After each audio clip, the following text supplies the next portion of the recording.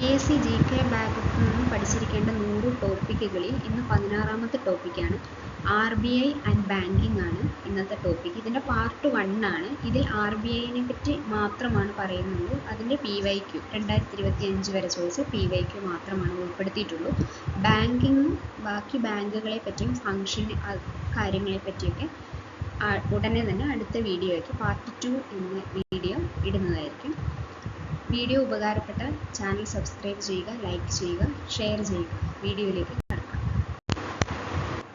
ഈ വീഡിയോയിൽ നമ്മൾ RBIയുമായി ബന്ധപ്പെട്ട പ്രീവിയസ് ഇയർ ക്വസ്റ്റ്യൻസ് മാത്രമാണ് നോക്കുന്നത്. RBI എന്ന് പറയുന്നത് റിസർവ് ബാങ്ക് ഓഫ് ഇന്ത്യ. ഇന്ത്യയിലെ കേന്ദ്ര ബാങ്കാണ് RBI, റിസർവ് ബാങ്ക്. അതുപോലെ തന്നെ ഇന്ത്യൻ ബാങ്കിങ് സംവിധാനത്തിൻ്റെ നിയന്ത്രണവും പ്രവർത്തനവും ഒക്കെ ഈ റിസർവ് ബാങ്കാണ് വഹിക്കുന്നത്. പിന്നെ RBI എന്ന് പറയുന്ന ഒരു സ്റ്റാറ്റ്യൂട്ടറി ബോഡിയാണ്. നിയമം മൂലം നിലവിൽ വന്ന ഒരു ബാങ്കാണ് RBI എന്ന് പറയുന്നത്. അതുപോലെ തന്നെ ബാങ്കേഴ്സ് ബാങ്ക് എന്നും വായ്പകളുടെ നിയന്ത്രിക്കുന്ന നിയന്ത്രകൻ എന്നും അറിയപ്പെടുന്നുണ്ട്. ഒന്നാമത്തെ ക്വസ്റ്റ്യൻ നോക്കാം. ഇന്ത്യൻ ബാങ്കിങ് സംവിധാനത്തെ നിയന്ത്രിക്കുന്ന ധനകാര്യ സ്ഥാപനം ഏതാണ്? RBI ആണ്. ബാങ്കേഴ്സ് ബാങ്ക് എന്ന് അറിയപ്പെടുന്നതും അതുപോലെ തന്നെ വായ്പകളുടെ നിയന്ത്രകൻ, ബാങ്കിങ് സംവിധാനത്തെ നിയന്ത്രിക്കുന്നത് ഒക്കെ RBI തന്നെയാണ്. രണ്ടാമത്തെ ക്വസ്റ്റ്യൻ, ഭാരതീയ റിസർവ് ബാങ്കിൻ്റെ ആസ്ഥാനം എവിടെയാണ്? മുംബൈയാണ് ആസ്ഥാനം. അതായത് ഈ RBIൻ്റെ ഒരു ചരിത്രത്തിലേക്ക് നോക്കുകയാണെങ്കിൽ 1ാം ലോക മഹായുദ്ധത്തിൻ്റെ സമയത്ത് ഈ ആയുധങ്ങളൊക്കെ നിർമ്മിക്കാനും അസംസ്കൃത വസ്തുക്കളുടെ വിതരണക്കാരൊക്കെയായിരുന്നു ഇന്ത്യ. അതുകൂടാതെ ഈ ബ്രിട്ടീഷ് യുദ്ധകാല സമ്പദ് വ്യവസ്ഥയൊക്കെ നിലനിർത്തിയിരുന്നതിൻ്റെ ഉത്തരവാദിത്വവും ഇന്ത്യക്കായിരുന്നു. ഇന്ത്യ കോളനിയായിരുന്നല്ലോ ബ്രിട്ടീഷിൻ്റെ. അപ്പോൾ 1ാം ലോക മഹായുദ്ധത്തിന് ശേഷം ഇന്ത്യയുടെ യുദ്ധകാല സേവനങ്ങൾക്കായുള്ള ഇളവിനായിട്ട് ബ്രിട്ടീഷ് സർക്കാർ മൊണ്ടേഗു ചെംസ്ഫോർഡ് പരിഷ്കാരങ്ങൾ പോലുള്ള നിരവധി പരിഷ്കാരങ്ങൾ നടപ്പിലാക്കി. പക്ഷേ അതൊന്നും ഈ ബ്രിട്ടീഷ് താല്പര്യം സംരക്ഷിക്കാനായിരുന്നു. അതിൻ്റെ ഫലമായി ഇന്ത്യ നിരവധി സാമ്പത്തിക മാന്ദ്യങ്ങൾ നേരിട്ടു. എല്ലാം ബ്രിട്ടീഷുകാരുടെ ഇഷ്ടത്തിന് വേണ്ടിയിട്ടായിരുന്നു അങ്ങനെ പരിഷ്കാരങ്ങൾക്ക് നടപ്പാക്കിയത്. അങ്ങനെ ലോകമഹായുദ്ധത്തിന് ശേഷം 1929 ഒരു മഹാമാന്ദ്യമുണ്ടായി. ഇന്ത്യൻ സാമ്പത്തിക വളർച്ചയെ തന്നെ തകർത്ത ഒരു മഹാമാന്ദ്യമായിരുന്നു 1929 ഉണ്ടായിരുന്നത്. ഈ കാലത്ത് ബ്രിട്ടീഷ് സർക്കാർ അവതരിപ്പിച്ച സാമ്പത്തിക നയങ്ങൾ ഇന്ത്യയുടെ സമ്പദ് വ്യവസ്ഥയെ തന്നെ തകർത്തു. അതേസമയം ബ്രിട്ടൻ്റെ സമ്പദ് വ്യവസ്ഥയെ നിലനിർത്താൻ വേണ്ടിയിട്ടുള്ളതായിരുന്നു അവർ നയങ്ങളൊക്കെ കൊണ്ടുവന്നത്. അന്ന് ഇന്ത്യയുടെ വൈസ്രോയി ആയിരുന്ന ലോർഡ് വില്ലിംഗ്ടൻ്റെ വാക്കുകൾ അക്കാലത്ത് ഇന്ത്യൻ സമ്പദ് വ്യവസ്ഥയിൽ എന്താണ് സംഭവിച്ചുകൊണ്ടിരിക്കുന്നത് എന്നതിൻ്റെ വ്യക്തമായ കാരണങ്ങളൊക്കെ പറയുന്നുണ്ടായിരുന്നു. അപ്പോൾ ഈ സാഹചര്യങ്ങൾ രാജ്യത്തുടനീളം വലിയ പ്രതിഷേധങ്ങൾക്കൊക്കെ കാരണമായി. ഈ പ്രശ്നം ലഘൂകരിക്കുന്നതിനായിട്ടാണ് ഇന്ത്യയിൽ ഒരു കേന്ദ്ര ബാങ്ക് എന്ന ആശയം സ്ഥാപിക്കപ്പെടുന്നത്. അപ്പോൾ 1926 ഹിൽട്ടൺ യങ് കമ്മീഷൻ എന്നറിയപ്പെടുന്ന ഒരു royal commission on Indian currency and finance രൂപീകരിക്കുന്നു. 1926 ഹിൽട്ടൺ യങ് കമ്മീഷൻ എന്നറിയപ്പെടുന്ന royal commission on Indian currency and finance രൂപീകരിക്കുന്നത് 1926. ഈ 1923 പ്രസിദ്ധീകരിച്ച അംബേദ്കറുടെ ഒരു ബുക്ക് ഉണ്ടായിരുന്നു, the problem of the rupee, its origin and its solution എന്നൊരു പുസ്തകം എഴുതിയത് അംബേദ്കർ ആയിരുന്നു. അതിനെ അടിസ്ഥാനമാക്കിയിട്ടാണ് അവരൊരു സെൻട്രൽ ബാങ്കിനുള്ള മാർഗനിർദ്ദേശങ്ങൾ രൂപീകരിച്ചത്. ഈ ഹിൽട്ടൺ യങ് കമ്മീഷൻ 1926. ഈ കേന്ദ്ര നിയമസഭ ഈ മാർഗനിർദ്ദേശങ്ങൾ 1934 RBI ആക്ടാക്കി പാസ്സാക്കി. 1935 ഏപ്രിൽ 1 സർ ഓസ്ബോൺ സ്മിത്ത് അതിൻ്റെ ആദ്യത്തെ ഗവർണറായി ഒരു സെൻട്രൽ ബാങ്ക് നിലവിൽ വരുന്നു. ഇപ്പോൾ 1934 RBI ആക്ട് വരുന്നത്. 35 ഏപ്രിൽ 1 ഓസ്ബോൺ സ്മിത്ത് എന്ന ആള് ആദ്യത്തെ ഗവർണറായിട്ട് RBI നിലവിൽ വരുന്നു. 1935 ഏപ്രിൽ 1 ഈ ഡേറ്റ് അടക്കം ചോദിക്കാറുണ്ട്. ആദ്യത്തെ ഗവർണർ ആരായിരുന്നു? Osborne Smith. അങ്ങനെ RBIയുടെ ചിഹ്നം പാന്ത്രു ആയിരുന്നു. ഈസ്റ്റ് ഇന്ത്യ കമ്പനി ഡബിൾ മോഹറിൽ നിന്നാണ് ഉരുത്തിരിഞ്ഞത്. അങ്ങനെ തുടക്കത്തിൽ കൽക്കട്ടയായിരുന്നു ആസ്ഥാനം. പിന്നെ 1937 മുംബൈയിലേക്ക് മാറ്റി. ആദ്യം അതായത് 35 RBI വരുമ്പോൾ അതിൻ്റെ ആസ്ഥാനം എവിടെയായിരുന്നു എന്ന് ചോദിച്ചു കഴിഞ്ഞാൽ അത് കൽക്കട്ടയിലാണ്. 37 മുംബൈയിലേക്ക് മാറ്റുന്നത്. അപ്പോൾ 37 വരെ ഡേറ്റ് തന്നിട്ട് എപ്പോൾ ചോദിച്ചാലും RBIയുടെ ആസ്ഥാനം കൽക്കട്ടയാണ്. 37 മുതലാണ് മുംബൈയിലേക്ക് മാറ്റുന്നത്. ഇനി 1947 ഏപ്രിൽ വരെ ബർമ്മയ്ക്കും, അതായത് ഇപ്പോഴത്തെ മ്യാൻമറിനും പാകിസ്ഥാനും 1948 ജൂൺ വരെ കേന്ദ്ര ബാങ്കായിട്ട് RBI പ്രവർത്തിച്ചിരുന്നു. 47 മുതൽ 48 ജൂൺ വരെ RBI പാകിസ്ഥാൻ്റെയും മ്യാൻമറിൻ്റെയും കേന്ദ്ര ബാങ്കായിട്ട് പ്രവർത്തിച്ചിരുന്നു. അപ്പോൾ ഇത്രയാണ് RBIൻ്റെ ഒരു ഹിസ്റ്ററിനെ പറ്റി പറയാനുള്ളത്. അപ്പോൾ ആസ്ഥാനം ആദ്യം 37 വരെ എവിടെയായിരുന്നു? കൽക്കട്ടയായിരുന്നു. 37 മുതൽ ഇപ്പോഴും മുംബൈ തന്നെയാണ് ആസ്ഥാനം.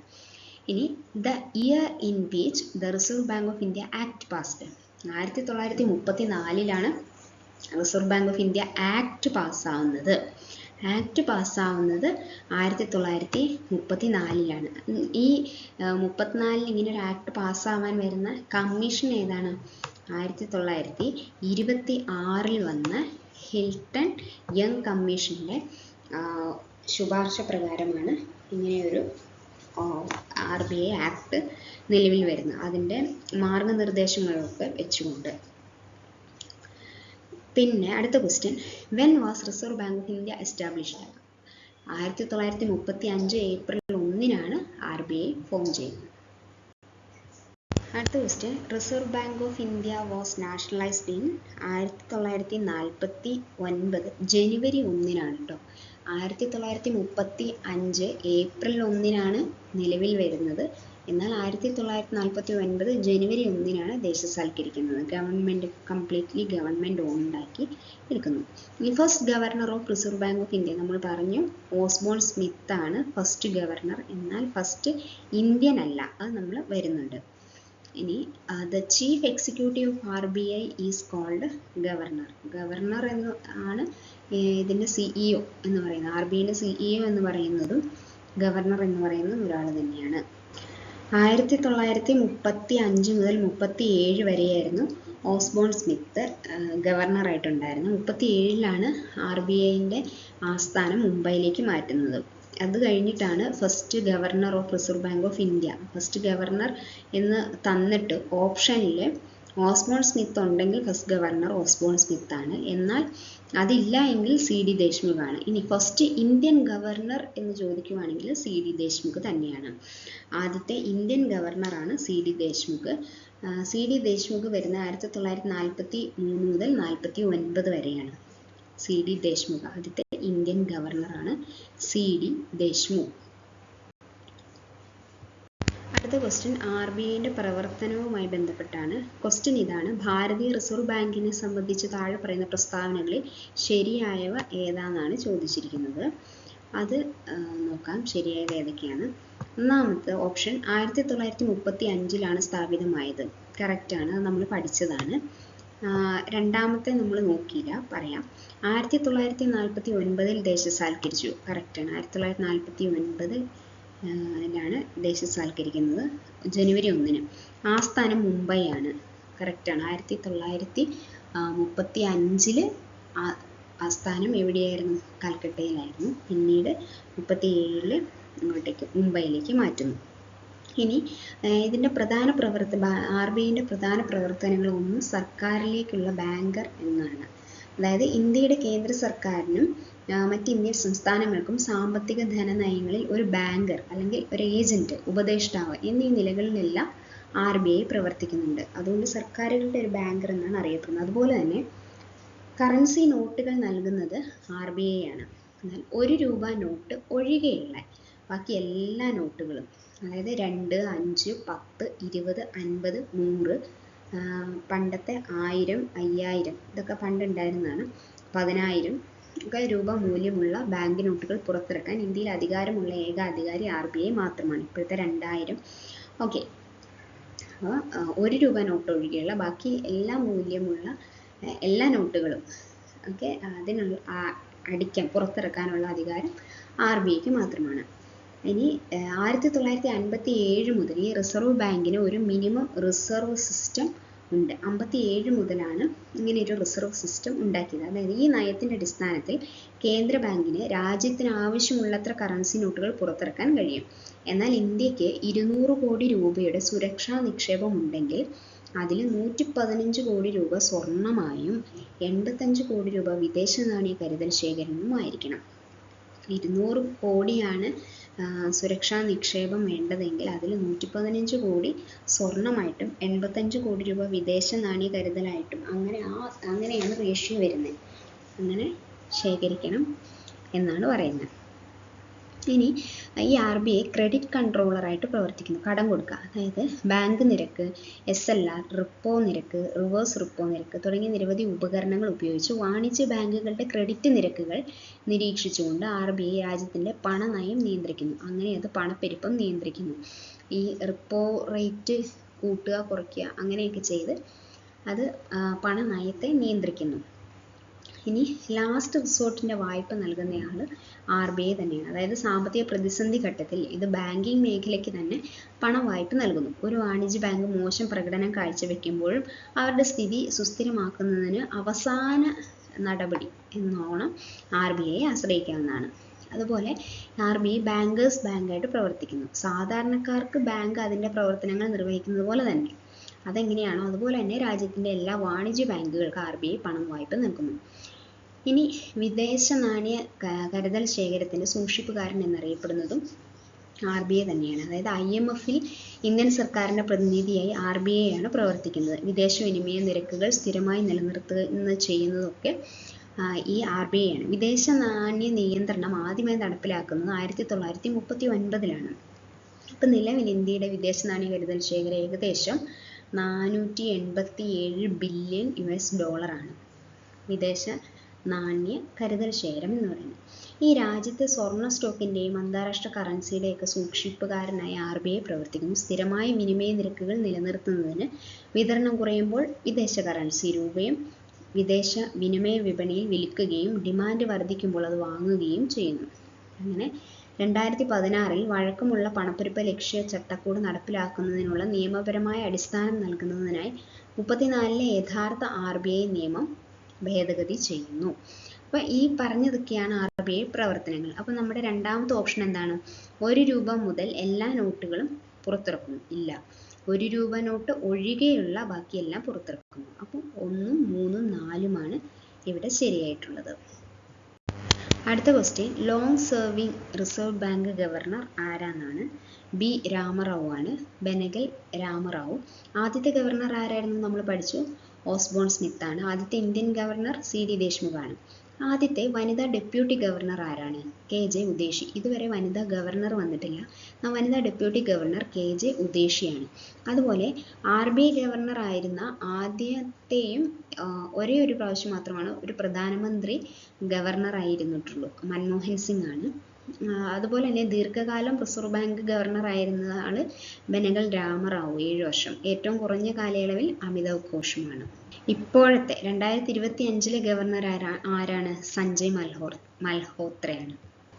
അടുത്ത question, following statements are related to the history of RBI. Identify the wrong statement. Wrong statement identify ചെയ്യാൻ വേണ്ടിയിട്ടുള്ളതാണ്, ഹിസ്റ്ററിയുമായി ബന്ധപ്പെട്ടാണ് ചോദിച്ചിരിക്കുന്നത്. ഒന്നാമത്തെ option, RBI was set up on the recommendation of Hilton Young commission and started its operation on April 1, 1935. Correct ആണ്. April 1 തന്നെയാണ് 1935-ൽ start ചെയ്തു. ഹിൽട്ടൺ യങ് കമ്മീഷൻ്റെ നിർദ്ദേശപ്രകാരം റെക്കമെൻഡേഷൻ ആയിരുന്നു കമ്മീഷൻ. രണ്ടാമത്തെ, the accounting year of RBI during its inception was from July to June. അല്ലായിരുന്നു, April മുതൽ മാർച്ച് വരെയായിരുന്നു. 2 തെറ്റാണ്. മൂന്നാമത്തെ, RBI was a shareholders bank till it is nationalised in 1949. Correct ആയിരുന്നു. നാഷണലൈസ് ഗവൺമെൻറ് എടുക്കുന്നിടം വരെ ഷെയർ ഹോൾഡേഴ്സ് ബാങ്ക് തന്നെയായിരുന്നു RBI.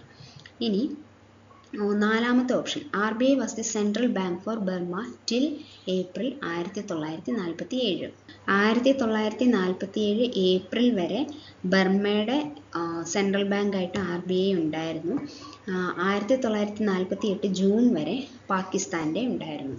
48 June വരെ പാകിസ്ഥാൻ്റെ ബാങ്കായിട്ട്, കേന്ദ്ര ബാങ്കായിട്ട് RBI ഉണ്ടായിരുന്നു. അതുപോലെ തന്നെ 1947 ഏപ്രിൽ വരെ മ്യാൻമർ അഥവാ ബർമയുടെ കേന്ദ്ര ബാങ്കായിട്ടും RBI ഉണ്ടായിരുന്നു. അപ്പോൾ ഇതിൽ തെറ്റായ സ്റ്റേറ്റ്മെന്റ് എന്ന് പറയുന്നത് 2 മാത്രമാണ്, ബാക്കിയെല്ലാം ശരിയാണ്.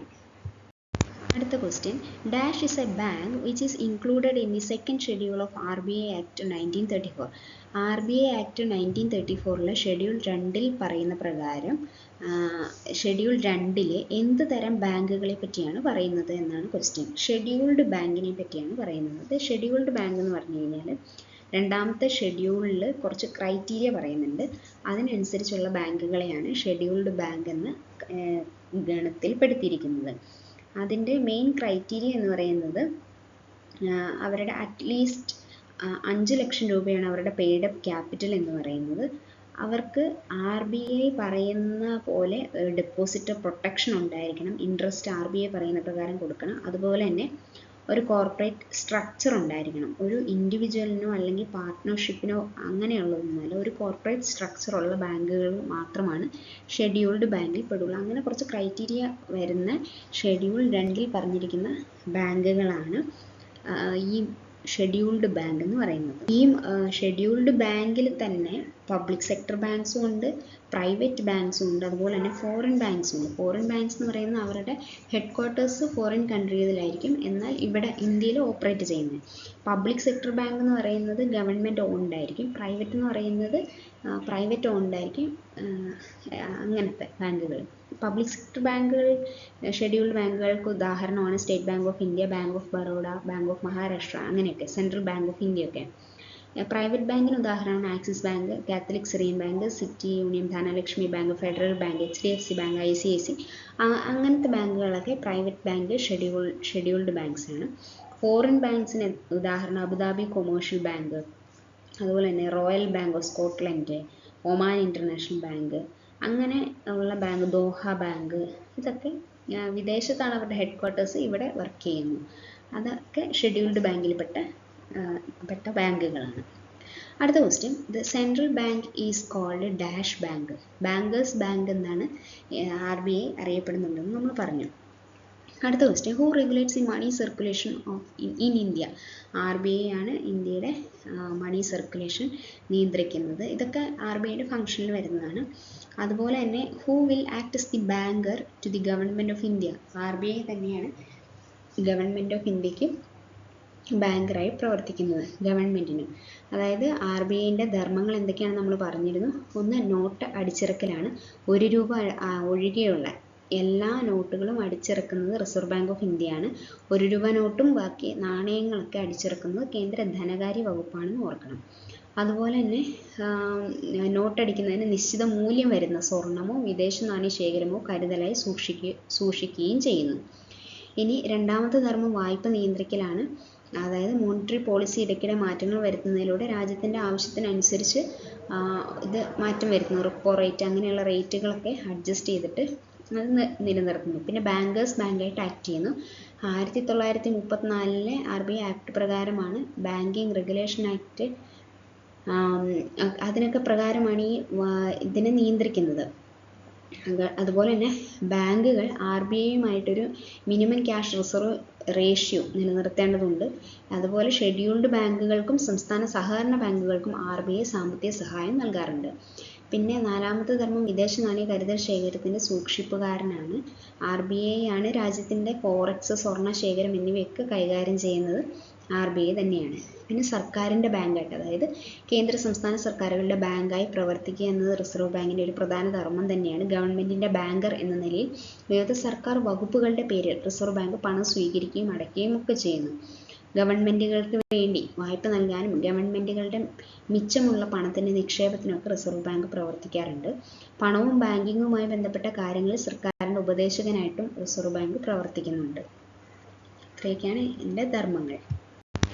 അടുത്ത question, the bank that is known as custodian of foreign currency. Foreign കറൻസിയുടെ കസ്റ്റഡിയനാണ്, സ്വർണ്ണ നിക്ഷേപത്തിൻ്റെ കസ്റ്റഡിയനാണ്. അതുപോലെ തന്നെ ഫോറിൻ എക്സ്ചേഞ്ച് റിസർവിൻ്റെ കസ്റ്റഡിയനാണ്. റൂറൽ ക്രെഡിറ്റ് സ്റ്റെബിലൈസേഷൻ ഫണ്ട് അതിൻ്റെ കസ്റ്റഡിയനാണ്. എല്ലാം RBI തന്നെയാണ്. പിന്നെ അടുത്ത question, in the banking sector the lender of last resort. നമ്മൾ പറഞ്ഞിരുന്നു ബാങ്കുകൾക്ക് കടം വരുമ്പോഴോ അല്ലെങ്കിൽ അവർക്ക് നിലനിൽപ്പില്ലാതെ വരുമ്പോഴൊക്കെ സഹായം ചോദിക്കാൻ പറ്റുന്ന ഒരു ബാങ്കാണ് RBI എന്ന് പറയുന്നത്. അടുത്ത question, first paper currency issued by RBI in 1938. 1938 India ആദ്യമായിട്ട് RBI ആദ്യമായിട്ടൊരു പേപ്പർ കറൻസി ഇഷ്യൂ ചെയ്യുന്നത്. അത് 5 രൂപ നോട്ടാണ്. ആ കറൻസി നോട്ടിൽ, ഇന്ത്യൻ കറൻസി നോട്ടിൽ ഒപ്പുവെച്ച ആദ്യത്തെ RBI ഗവർണർ എന്ന് പറയുന്നത് ജെയിംസ് ടൈലർ ആണ്. RBIയുടെ ആദ്യത്തെ ഗവർണർ ആരാണ്? ഓസ്ബോൺ സ്മിത്ത് ആണ്. രണ്ടാമത്തെ ഗവർണർ ആരാണ്? ഈ ജെയിംസ് ടൈലർ ആണ് ഈ 5 രൂപ നോട്ടിൽ ആദ്യമായിട്ടുള്ള കറൻസിയിൽ ഒപ്പുവെക്കുന്നത്. എന്നാൽ മൂന്നാമത്തെ ഗവർണറാണ് CD ദേശ്മുഖ്. അതാണ് ഇന്ത്യക്കാരൻ. അതും ഓർത്തിരിക്കുക. ഓസ്ബോൺ സ്മിത്ത് 1935 മുതൽ 37 വരെയായിരുന്നു എന്നുള്ളതും ഓർത്തു വെക്കുക. 49 വരെ ജെയിംസ് ടൈലറും 49 ശേഷമാണ് CD ദേശ്മുഖ് ഉണ്ടായിരുന്നത്. ഇന്ത്യക്കാരനായിട്ടുള്ള ആദ്യത്തെ RBI ഗവർണറാണ് CD Deshmukh. Indian currency നോട്ടിൽ ഒപ്പുവെച്ച RBI ഗവർണറും രണ്ടാമത്തെ ഗവർണറും ജെയിംസ് ടൈലറാണ്. ഏറ്റവും കൂടുതൽ കാലം RBI ഗവർണർ ആയിരുന്ന വ്യക്തി B രാമറാവു ആണ്. RBI ഗവർണറാകുന്ന ആദ്യത്തെ RBI ഉദ്യോഗസ്ഥൻ ആരാണ്? M നരസിംഹമാണ്. RBI ഉദ്യോഗസ്ഥനായിട്ട് പിന്നീട് ഗവർണർ ആവുന്ന ആദ്യത്തെ ആള് M നരസിംഹമാണ്. അതുപോലെ തന്നെ RBI ഗവർണർ പദവി വഹിച്ചിട്ടുള്ള ഇന്ത്യൻ പ്രധാനമന്ത്രി മൻമോഹൻ സിംഗ് ആണ്. ആദ്യത്തെ വനിതാ ഡെപ്യൂട്ടി ഗവർണർ KJ ഉദ്ദേശ്യാണ്. അതുപോലെ തന്നെ ആദ്യത്തെ chief financial officer CFO Sudha ബാലകൃഷ്ണനാണെന്നും ഓർത്തിരിക്കുക. അടുത്തത് ട്രഷറി ബില്ലിനെ പറ്റിയുള്ള ക്വസ്റ്റ്യൻ ആണ്. ട്രഷറി ബിൽ എന്ന് വെച്ച് കഴിഞ്ഞാൽ ഗവൺമെൻറ് നൽകുന്ന ഒരു ഷോർട്ട് ടേം എന്താ പറയുക, ക്രെഡിറ്റ് സെക്യൂരിറ്റിയാണ്. അതായത് ഗവൺമെൻറ്റിൻ്റെ എന്തെങ്കിലും ചുരുങ്ങിയ കാലത്തേക്കുള്ള ആവശ്യത്തിന് വേണ്ടി, ആ ആവശ്യം നിറവേറ്റാൻ വേണ്ടിയിട്ട് ഫണ്ട് സ്വരൂപിക്കാൻ വേണ്ടി ട്രഷറി ബിൽസ് ഇടും. ഉദാഹരണത്തിന് ഗവൺമെൻറ്റിന് ഒരു 90 ദിവസത്തെ കാലാവധിയിൽ ഒരു 900 രൂപയുടെ മുഖവിലയുള്ള, അതിൻ്റെ ഫേസ് വാല്യൂ എന്ന് പറയുന്നത് 900 രൂപയാണെങ്കിൽ ട്രഷറി ബില്ല് ഇഷ്യൂ ചെയ്യുന്നു. 900 രൂപയുടെ ഒരു ട്രഷറി ബില്ല് ഇഷ്യൂ ചെയ്യുന്നു. അതിൻ്റെ മുഖവില 1000 രൂപയാണ് എങ്കിൽ നമ്മൾ വാങ്ങുന്നത് 900 രൂപയ്ക്ക് വാങ്ങുന്നു. എന്നിട്ട് അത് നമുക്ക് കിട്ടുമ്പോൾ ആ കാലാവധി കഴിഞ്ഞ് നമ്മുടെ കയ്യിലേക്ക് 1000 രൂപ കിട്ടുന്നു. അങ്ങനെ ആലോചിച്ചാൽ മതി. നമ്മൾ 900 രൂപയ്ക്ക് വാങ്ങുന്നു, ഒരു 900 രൂപയ്ക്ക് മേടിക്കുന്നു. നമ്മൾ 900 രൂപ കൊടുത്തിട്ട് ഗവൺമെൻറ്റിന് കൊടുക്കുന്നു. 900 രൂപ നമ്മൾ ഗവൺമെൻറ്റിന് വായ്പയായിട്ട് കൊടുക്കുന്നു. തിരിച്ച് ഗവൺമെൻറ് 1000 രൂപ നമുക്ക് തരികയാണ്. ആ 90 ദിവസം കഴിയുമ്പോൾ ഗവൺമെൻറ് നമുക്ക് 1000 രൂപ തരും. അപ്പോൾ 90 ദിവസം കൊണ്ട് നമുക്ക് 100 രൂപ ലാഭം കിട്ടിയില്ലേ? വെറുതെ കൊടുത്തിട്ട് 100 രൂപ ലാഭം കിട്ടി കടം കൊടുത്തിട്ട്. അപ്പോൾ അങ്ങനെ ചുരുങ്ങിയ കാലത്തേക്ക് ഗവൺമെൻറ്റുകൾക്ക് കൊടുക്കുന്ന, അതായത് ഗവൺമെൻറ്റിന് പൈസ സ്വരൂപിക്കാൻ വേണ്ടി കൊടുക്കുന്ന സംഭവങ്ങളാണ് ഈ ട്രഷറി ബില്ല് എന്ന് പറയുന്നത്. ട്രഷറി ബില്ല് 91 ദിവസത്തെയുണ്ട്, 182 ദിവസത്തെയുണ്ട്, 364 ദിവസത്തെ ട്രഷറി ബില്ലൊക്കെ ഉണ്ട്. എല്ലാം ഷോർട്ട് ടേം ആയിരിക്കും. അടുത്ത ക്വസ്റ്റ്യൻ എന്ന് പറയുന്നത്, in India treasury bills are issued by RBI ആണ് ട്രഷറി ബില്ല് ഇഷ്യൂ ചെയ്യുന്നത്. അതുപോലെ തന്നെ അടുത്ത question, dash are always issued in favour of RBI only? Ad hoc treasury bill.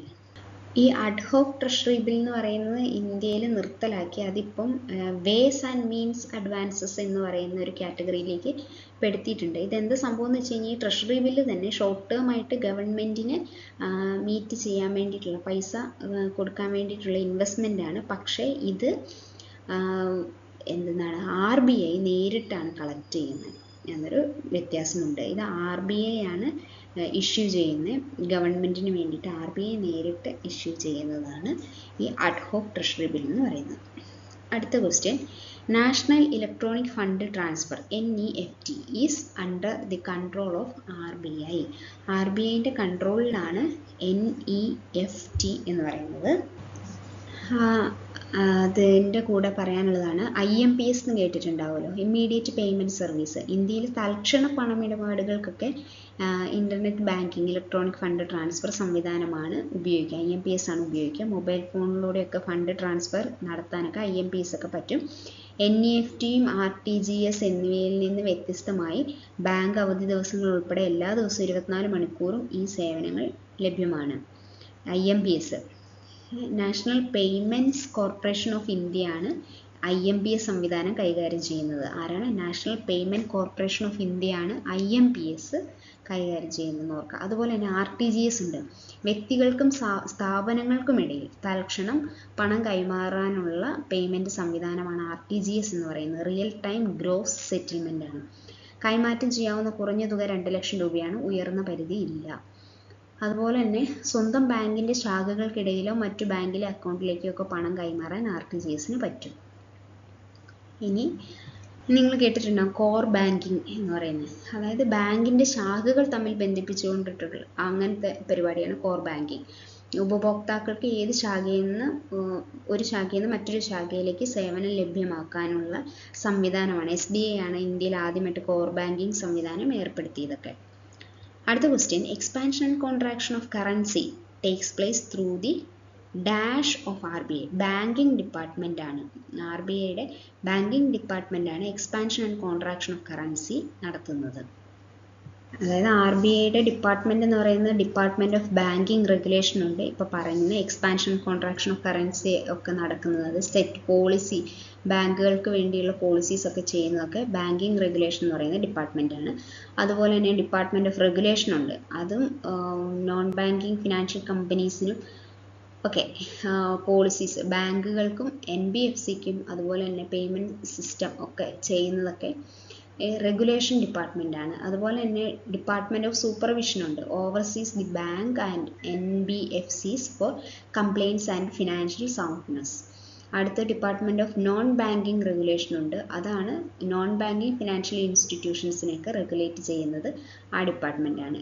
അതായത് ഡിപ്പാർട്ട്മെൻറ്റ് ഓഫ് കറൻസി മാനേജ്മെൻ്റ് ഉണ്ട്. ബാങ്ക് നോട്ട്സിനെയും കോയിൻസിനെയൊക്കെ മാനേജ് ചെയ്യുന്നതാണ് ഡിപ്പാർട്ട്മെൻറ്റ് ഓഫ് കറൻസി മാനേജ്മെൻറ്റ്. ഇതൊക്കെ ബാങ്കിങ്ങിൻ്റെ ഡിപ്പാർട്ട്മെൻറ്റിൻ്റെ കീഴിൽ വരുന്നതാണ്. അതുപോലെ അതിൻ്റെ കീഴിൽ വരുന്ന വേറൊരു ഡിപ്പാർട്ട്മെൻറ്റാണ് പേയ്മെൻറ്റ് ആൻഡ് സെറ്റിൽമെൻറ്റ് സിസ്റ്റം എന്ന് പറയുന്നത്. അത് UPI, NEFT ഒക്കെ വരുന്നത് പേയ്മെൻറ്റ് ആൻഡ് സെറ്റിൽമെൻറ്റ് സിസ്റ്റത്തിലാണ്. അതുപോലെ തന്നെ ഇൻഫർമേഷൻ ടെക്നോളജീൻ്റെ കീഴിലാണ് IT-ൻ്റെ ഇൻഫ്രാസ്ട്രക്ചറൊക്കെ മാനേജ് ചെയ്യുന്നത്. അതുപോലെ തന്നെ ഫോറിൻ എക്സ്ചേഞ്ച് റിസർവ് ഒക്കെ ഫോറിൻ എക്സ്ചേഞ്ച് ഡിപ്പാർട്ട്മെൻറ്റിൻ്റെ കീഴിലാണ്. അതുപോലെ തന്നെ സെൻട്രൽ സ്റ്റേറ്റ് ഗവൺമെൻറ്റിൻ്റെയും ബാക്കി ബാങ്കുകളുടെയൊക്കെ അക്കൗണ്ട്സ് ഹാൻഡിൽ ചെയ്യുന്നത് department of government and bank accounts എന്ന് പറഞ്ഞ ഒരു ഡിപ്പാർട്ട്മെൻറ്റാണ്. പിന്നെ ഹ്യൂമൻ റിസോഴ്സ് മാനേജ്മെൻറ്റ് ഡിപ്പാർട്ട്മെൻറ്റാണ്. അങ്ങനെ ഡിപ്പാർട്ട്മെൻറ്റുകളുണ്ട് RBIക്ക്. അടുത്തത് question, the following are the statements on RBI's role on foreign exchange management. Identify the wrong statement. Wrong statement ഏതാണെന്ന് കണ്ടുപിടിക്കാനാണ് RBIൻ്റെ foreign exchange മാനേജ്മെൻറ്റുമായിട്ട് ബന്ധപ്പെട്ടിട്ടുള്ള കാര്യങ്ങളാണ്.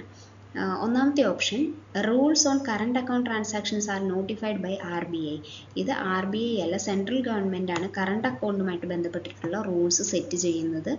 സെൻട്രൽ ഗവൺമെൻറ് ആണ്. എന്നാൽ ക്യാപിറ്റൽ അക്കൗണ്ട് ട്രാൻസാക്ഷൻസുമായി ബന്ധപ്പെട്ട് കണ്ടീഷൻസ് സ്പെസിഫൈ ചെയ്യുന്നത്, രണ്ടിനും കണ്ടീഷൻസ് സ്പെസിഫൈ ചെയ്യുന്നത് RBI ആണ്. എങ്കിലും ഈ കറണ്ട് അക്കൗണ്ടിൻ്റെ കാര്യത്തിൽ കൂടുതൽ റോൾ ഉള്ളത് ആർക്കാണ്? സെൻട്രൽ ഗവൺമെൻറ്റിനാണ്. ഇനി മൂന്നാമത്തെ കാര്യം, provide licence as authorised person to deal in foreign exchange. ഈ ഫോറിൻ എക്സ്ചേഞ്ചിൻ്റെ കാര്യത്തിൽ ഈ ട്രാവൽ ഏജൻസികൾക്കൊക്കെ ഈ പണം ഇപ്പോൾ രൂപയിൽ നിന്ന് കൺവേർട്ട് ചെയ്ത് ബാക്കി ഡോളറോ അങ്ങനെയൊക്കെ ആക്കി എക്സ്ചേഞ്ച് ചെയ്യുന്നതിന് ഒരു ലൈസൻസ് കൊടുക്കുമല്ലോ.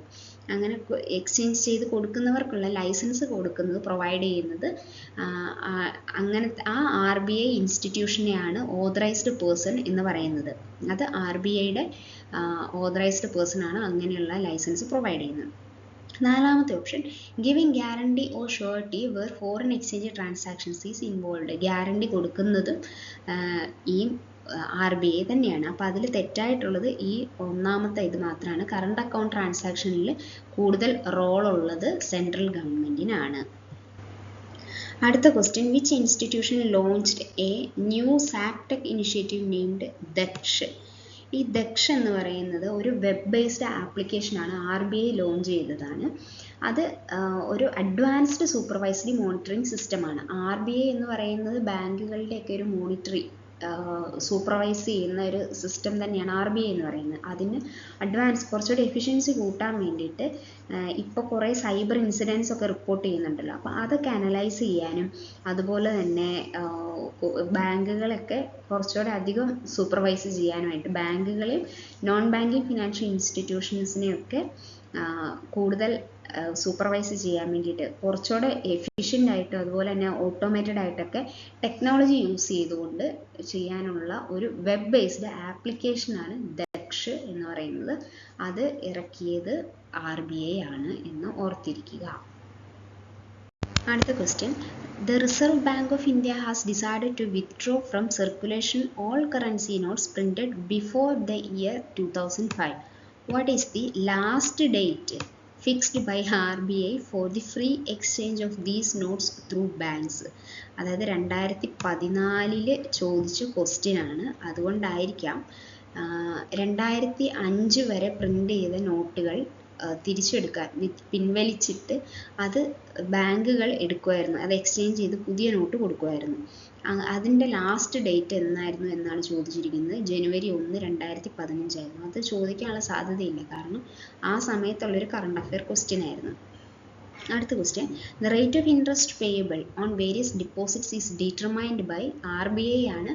റേറ്റ് ഓഫ് ഇൻട്രസ്റ്റ് ഒക്കെ ഡിപ്പോസിറ്റ്സിനുള്ള റേറ്റ് ഓഫ് ഇൻട്രസ്റ്റ് ഒക്കെ RBIയുടെ റിപ്പോ റേറ്റിനൊക്കെ അനുസരിച്ചാണ് ആ റേറ്റ് ഓഫ് ഇൻട്രസ്റ്റ് ഒക്കെ വരിക. അപ്പോൾ അത് എല്ലാം ഡിറ്റർമൈൻ ചെയ്യുന്നത് RBI തന്നെയാണ്. അടുത്ത question, The most powerful tool used by Reserve Bank of India to control inflation. Inflation control ചെയ്യാൻ വേണ്ടിയിട്ട് RBI യൂസ് ചെയ്യുന്ന മോസ്റ്റ് പവർഫുൾ ടൂൾ ഏതാണ്? Raise interest rate and reduce currency supply. ഈ ഇൻഫ്ലേഷൻ എന്ന് വെച്ച് കഴിഞ്ഞാൽ എന്താ? സിസ്റ്റത്തിൽ ഒരുപാട് പണം വരികയാണ്. അതായത് ഇതാണ് സിസ്റ്റം എന്ന് പറയുന്നത്. ഈ സിസ്റ്റത്തിലേക്ക് ഒരുപാട് പണം വരികയാണ്. ഇപ്പം ഇവിടെ ബാങ്കുകളൊക്കെ ഉണ്ട്, ഇവിടെ RBI ഉണ്ട്, വേറെ ബാങ്കുകളൊക്കെ ഉണ്ട്. അപ്പോൾ ഇവിടെ RBI ഇവിടെ ഒരുപാട് പൈസ ഇങ്ങനെ വന്ന് കൂടുകയാണ്. അപ്പോൾ പൈസ ഒരുപാടായി കഴിയുമ്പോൾ ആൾക്കാരുടെ ചിലവാക്കുന്ന സാധനങ്ങളൊക്കെ ഒരുപാട് വാങ്ങിക്കൂട്ടും. അപ്പം മാർക്കറ്റിൽ ഒരുപാട് പൈസ ഇങ്ങനെ കൂടിക്കൊണ്ടിരിക്കുമ്പോൾ ഈ പണത്തിൻ്റെ ഈ പണം പെരുകുവാണല്ലോ. പണം ഇങ്ങനെ നിറഞ്ഞ് ഒഴുകാൻ പോകുമ്പോൾ ഇതിനെ കൺട്രോൾ ചെയ്യാൻ വേണ്ടിയിട്ട് RBI എന്ത് ചെയ്യണം? ഇതിൽ നിന്ന് ഇങ്ങോട്ട് പൈസ വലിക്കണം, കുറേ പൈസ ഇങ്ങോട്ട് വലിക്കണം. അതിനെന്ത് ചെയ്യും? RBI ഇൻട്രസ്റ്റ് റേറ്റ് അങ്ങോട്ട് കൂട്ടും. ഇൻട്രസ്റ്റ് റേറ്റ് കൂട്ടുമ്പോൾ എന്താ സംഭവിക്കുക? ആൾക്കാർ ലോൺ എടുത്തതിനൊക്കെ പലിശ കൂട്ടിക്കഴിയുമ്പോൾ ലോൺ എടുത്തു കഴിഞ്ഞാൽ കൂടുതൽ പൈസ, വിചാരിച്ചതിലും കൂടുതൽ പൈസ ഇങ്ങോട്ടേക്ക് കൊടുക്കണം. അതുപോലെ തന്നെ കറൻസിൻ്റെ സപ്ലൈ RBI അങ്ങ് കുറയ്ക്കും. അപ്പോൾ ആൾക്കാർക്ക് പിന്നെ മേടിക്കാനുള്ള പൈസ ഇല്ലാണ്ട് വരും. സപ്ലൈ കുറയ്ക്കുകയും ചെയ്യും, അതുപോലെ തന്നെ ഇൻട്രസ്റ്റ് റേറ്റ് കൂട്ടുകയും ചെയ്യും. അപ്പോൾ ഇതിൽ നിന്നുള്ള കുറേ പൈസ ഇങ്ങോട്ട് പോവുകയും ചെയ്യും. അതിനനുസരിച്ച് പൈസേൻ്റെ ഇങ്ങോട്ടുള്ള വരവും കുറയും, അതേസമയം ഇതിൽ നിന്ന് ഇങ്ങോട്ട് പൈസ മൂവ് ചെയ്യുകയും ചെയ്യും. അങ്ങനെ ഈ സിസ്റ്റത്തിൻ്റെ അകത്ത് ഉള്ള പൈസേൻ്റെ പെരുപ്പം കുറയ്ക്കും. അങ്ങനെയാണ് RBI കൺട്രോൾ ചെയ്യുന്നത്.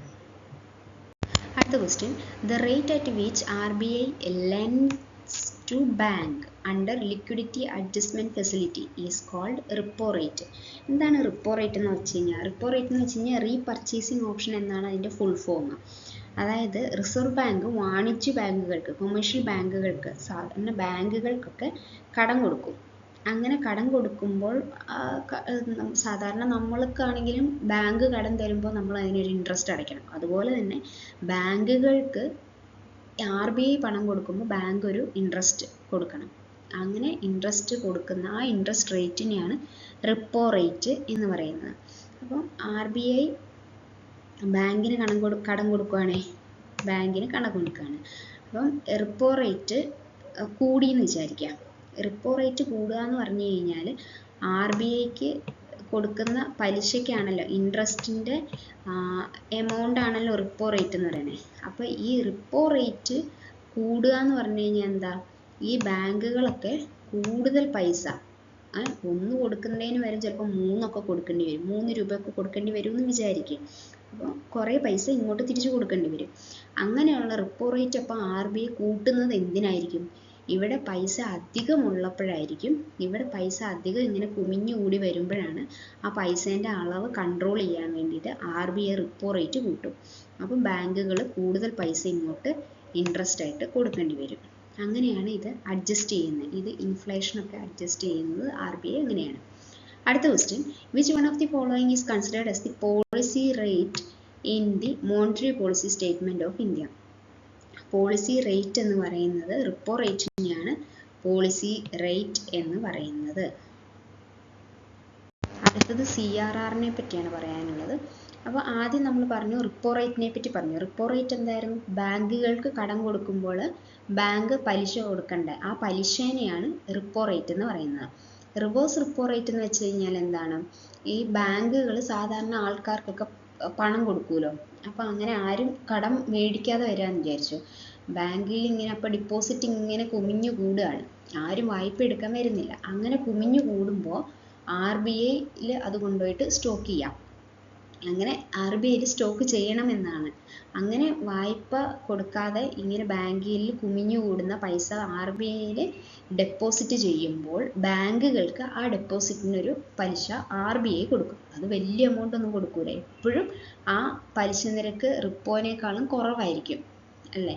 അല്ലെങ്കിൽ എന്ത് സംഭവിക്കും? ഈ കൊമേഴ്ഷ്യൽ ബാങ്കുകളൊക്കെ അവരെ പണം കടം കൊടുക്കുന്നത് കുറച്ചിട്ട് അവിടെ RBIയിൽ കൊണ്ടിട്ട് കഴിഞ്ഞാൽ കൂടുതൽ പലിശ കിട്ടൂലേ.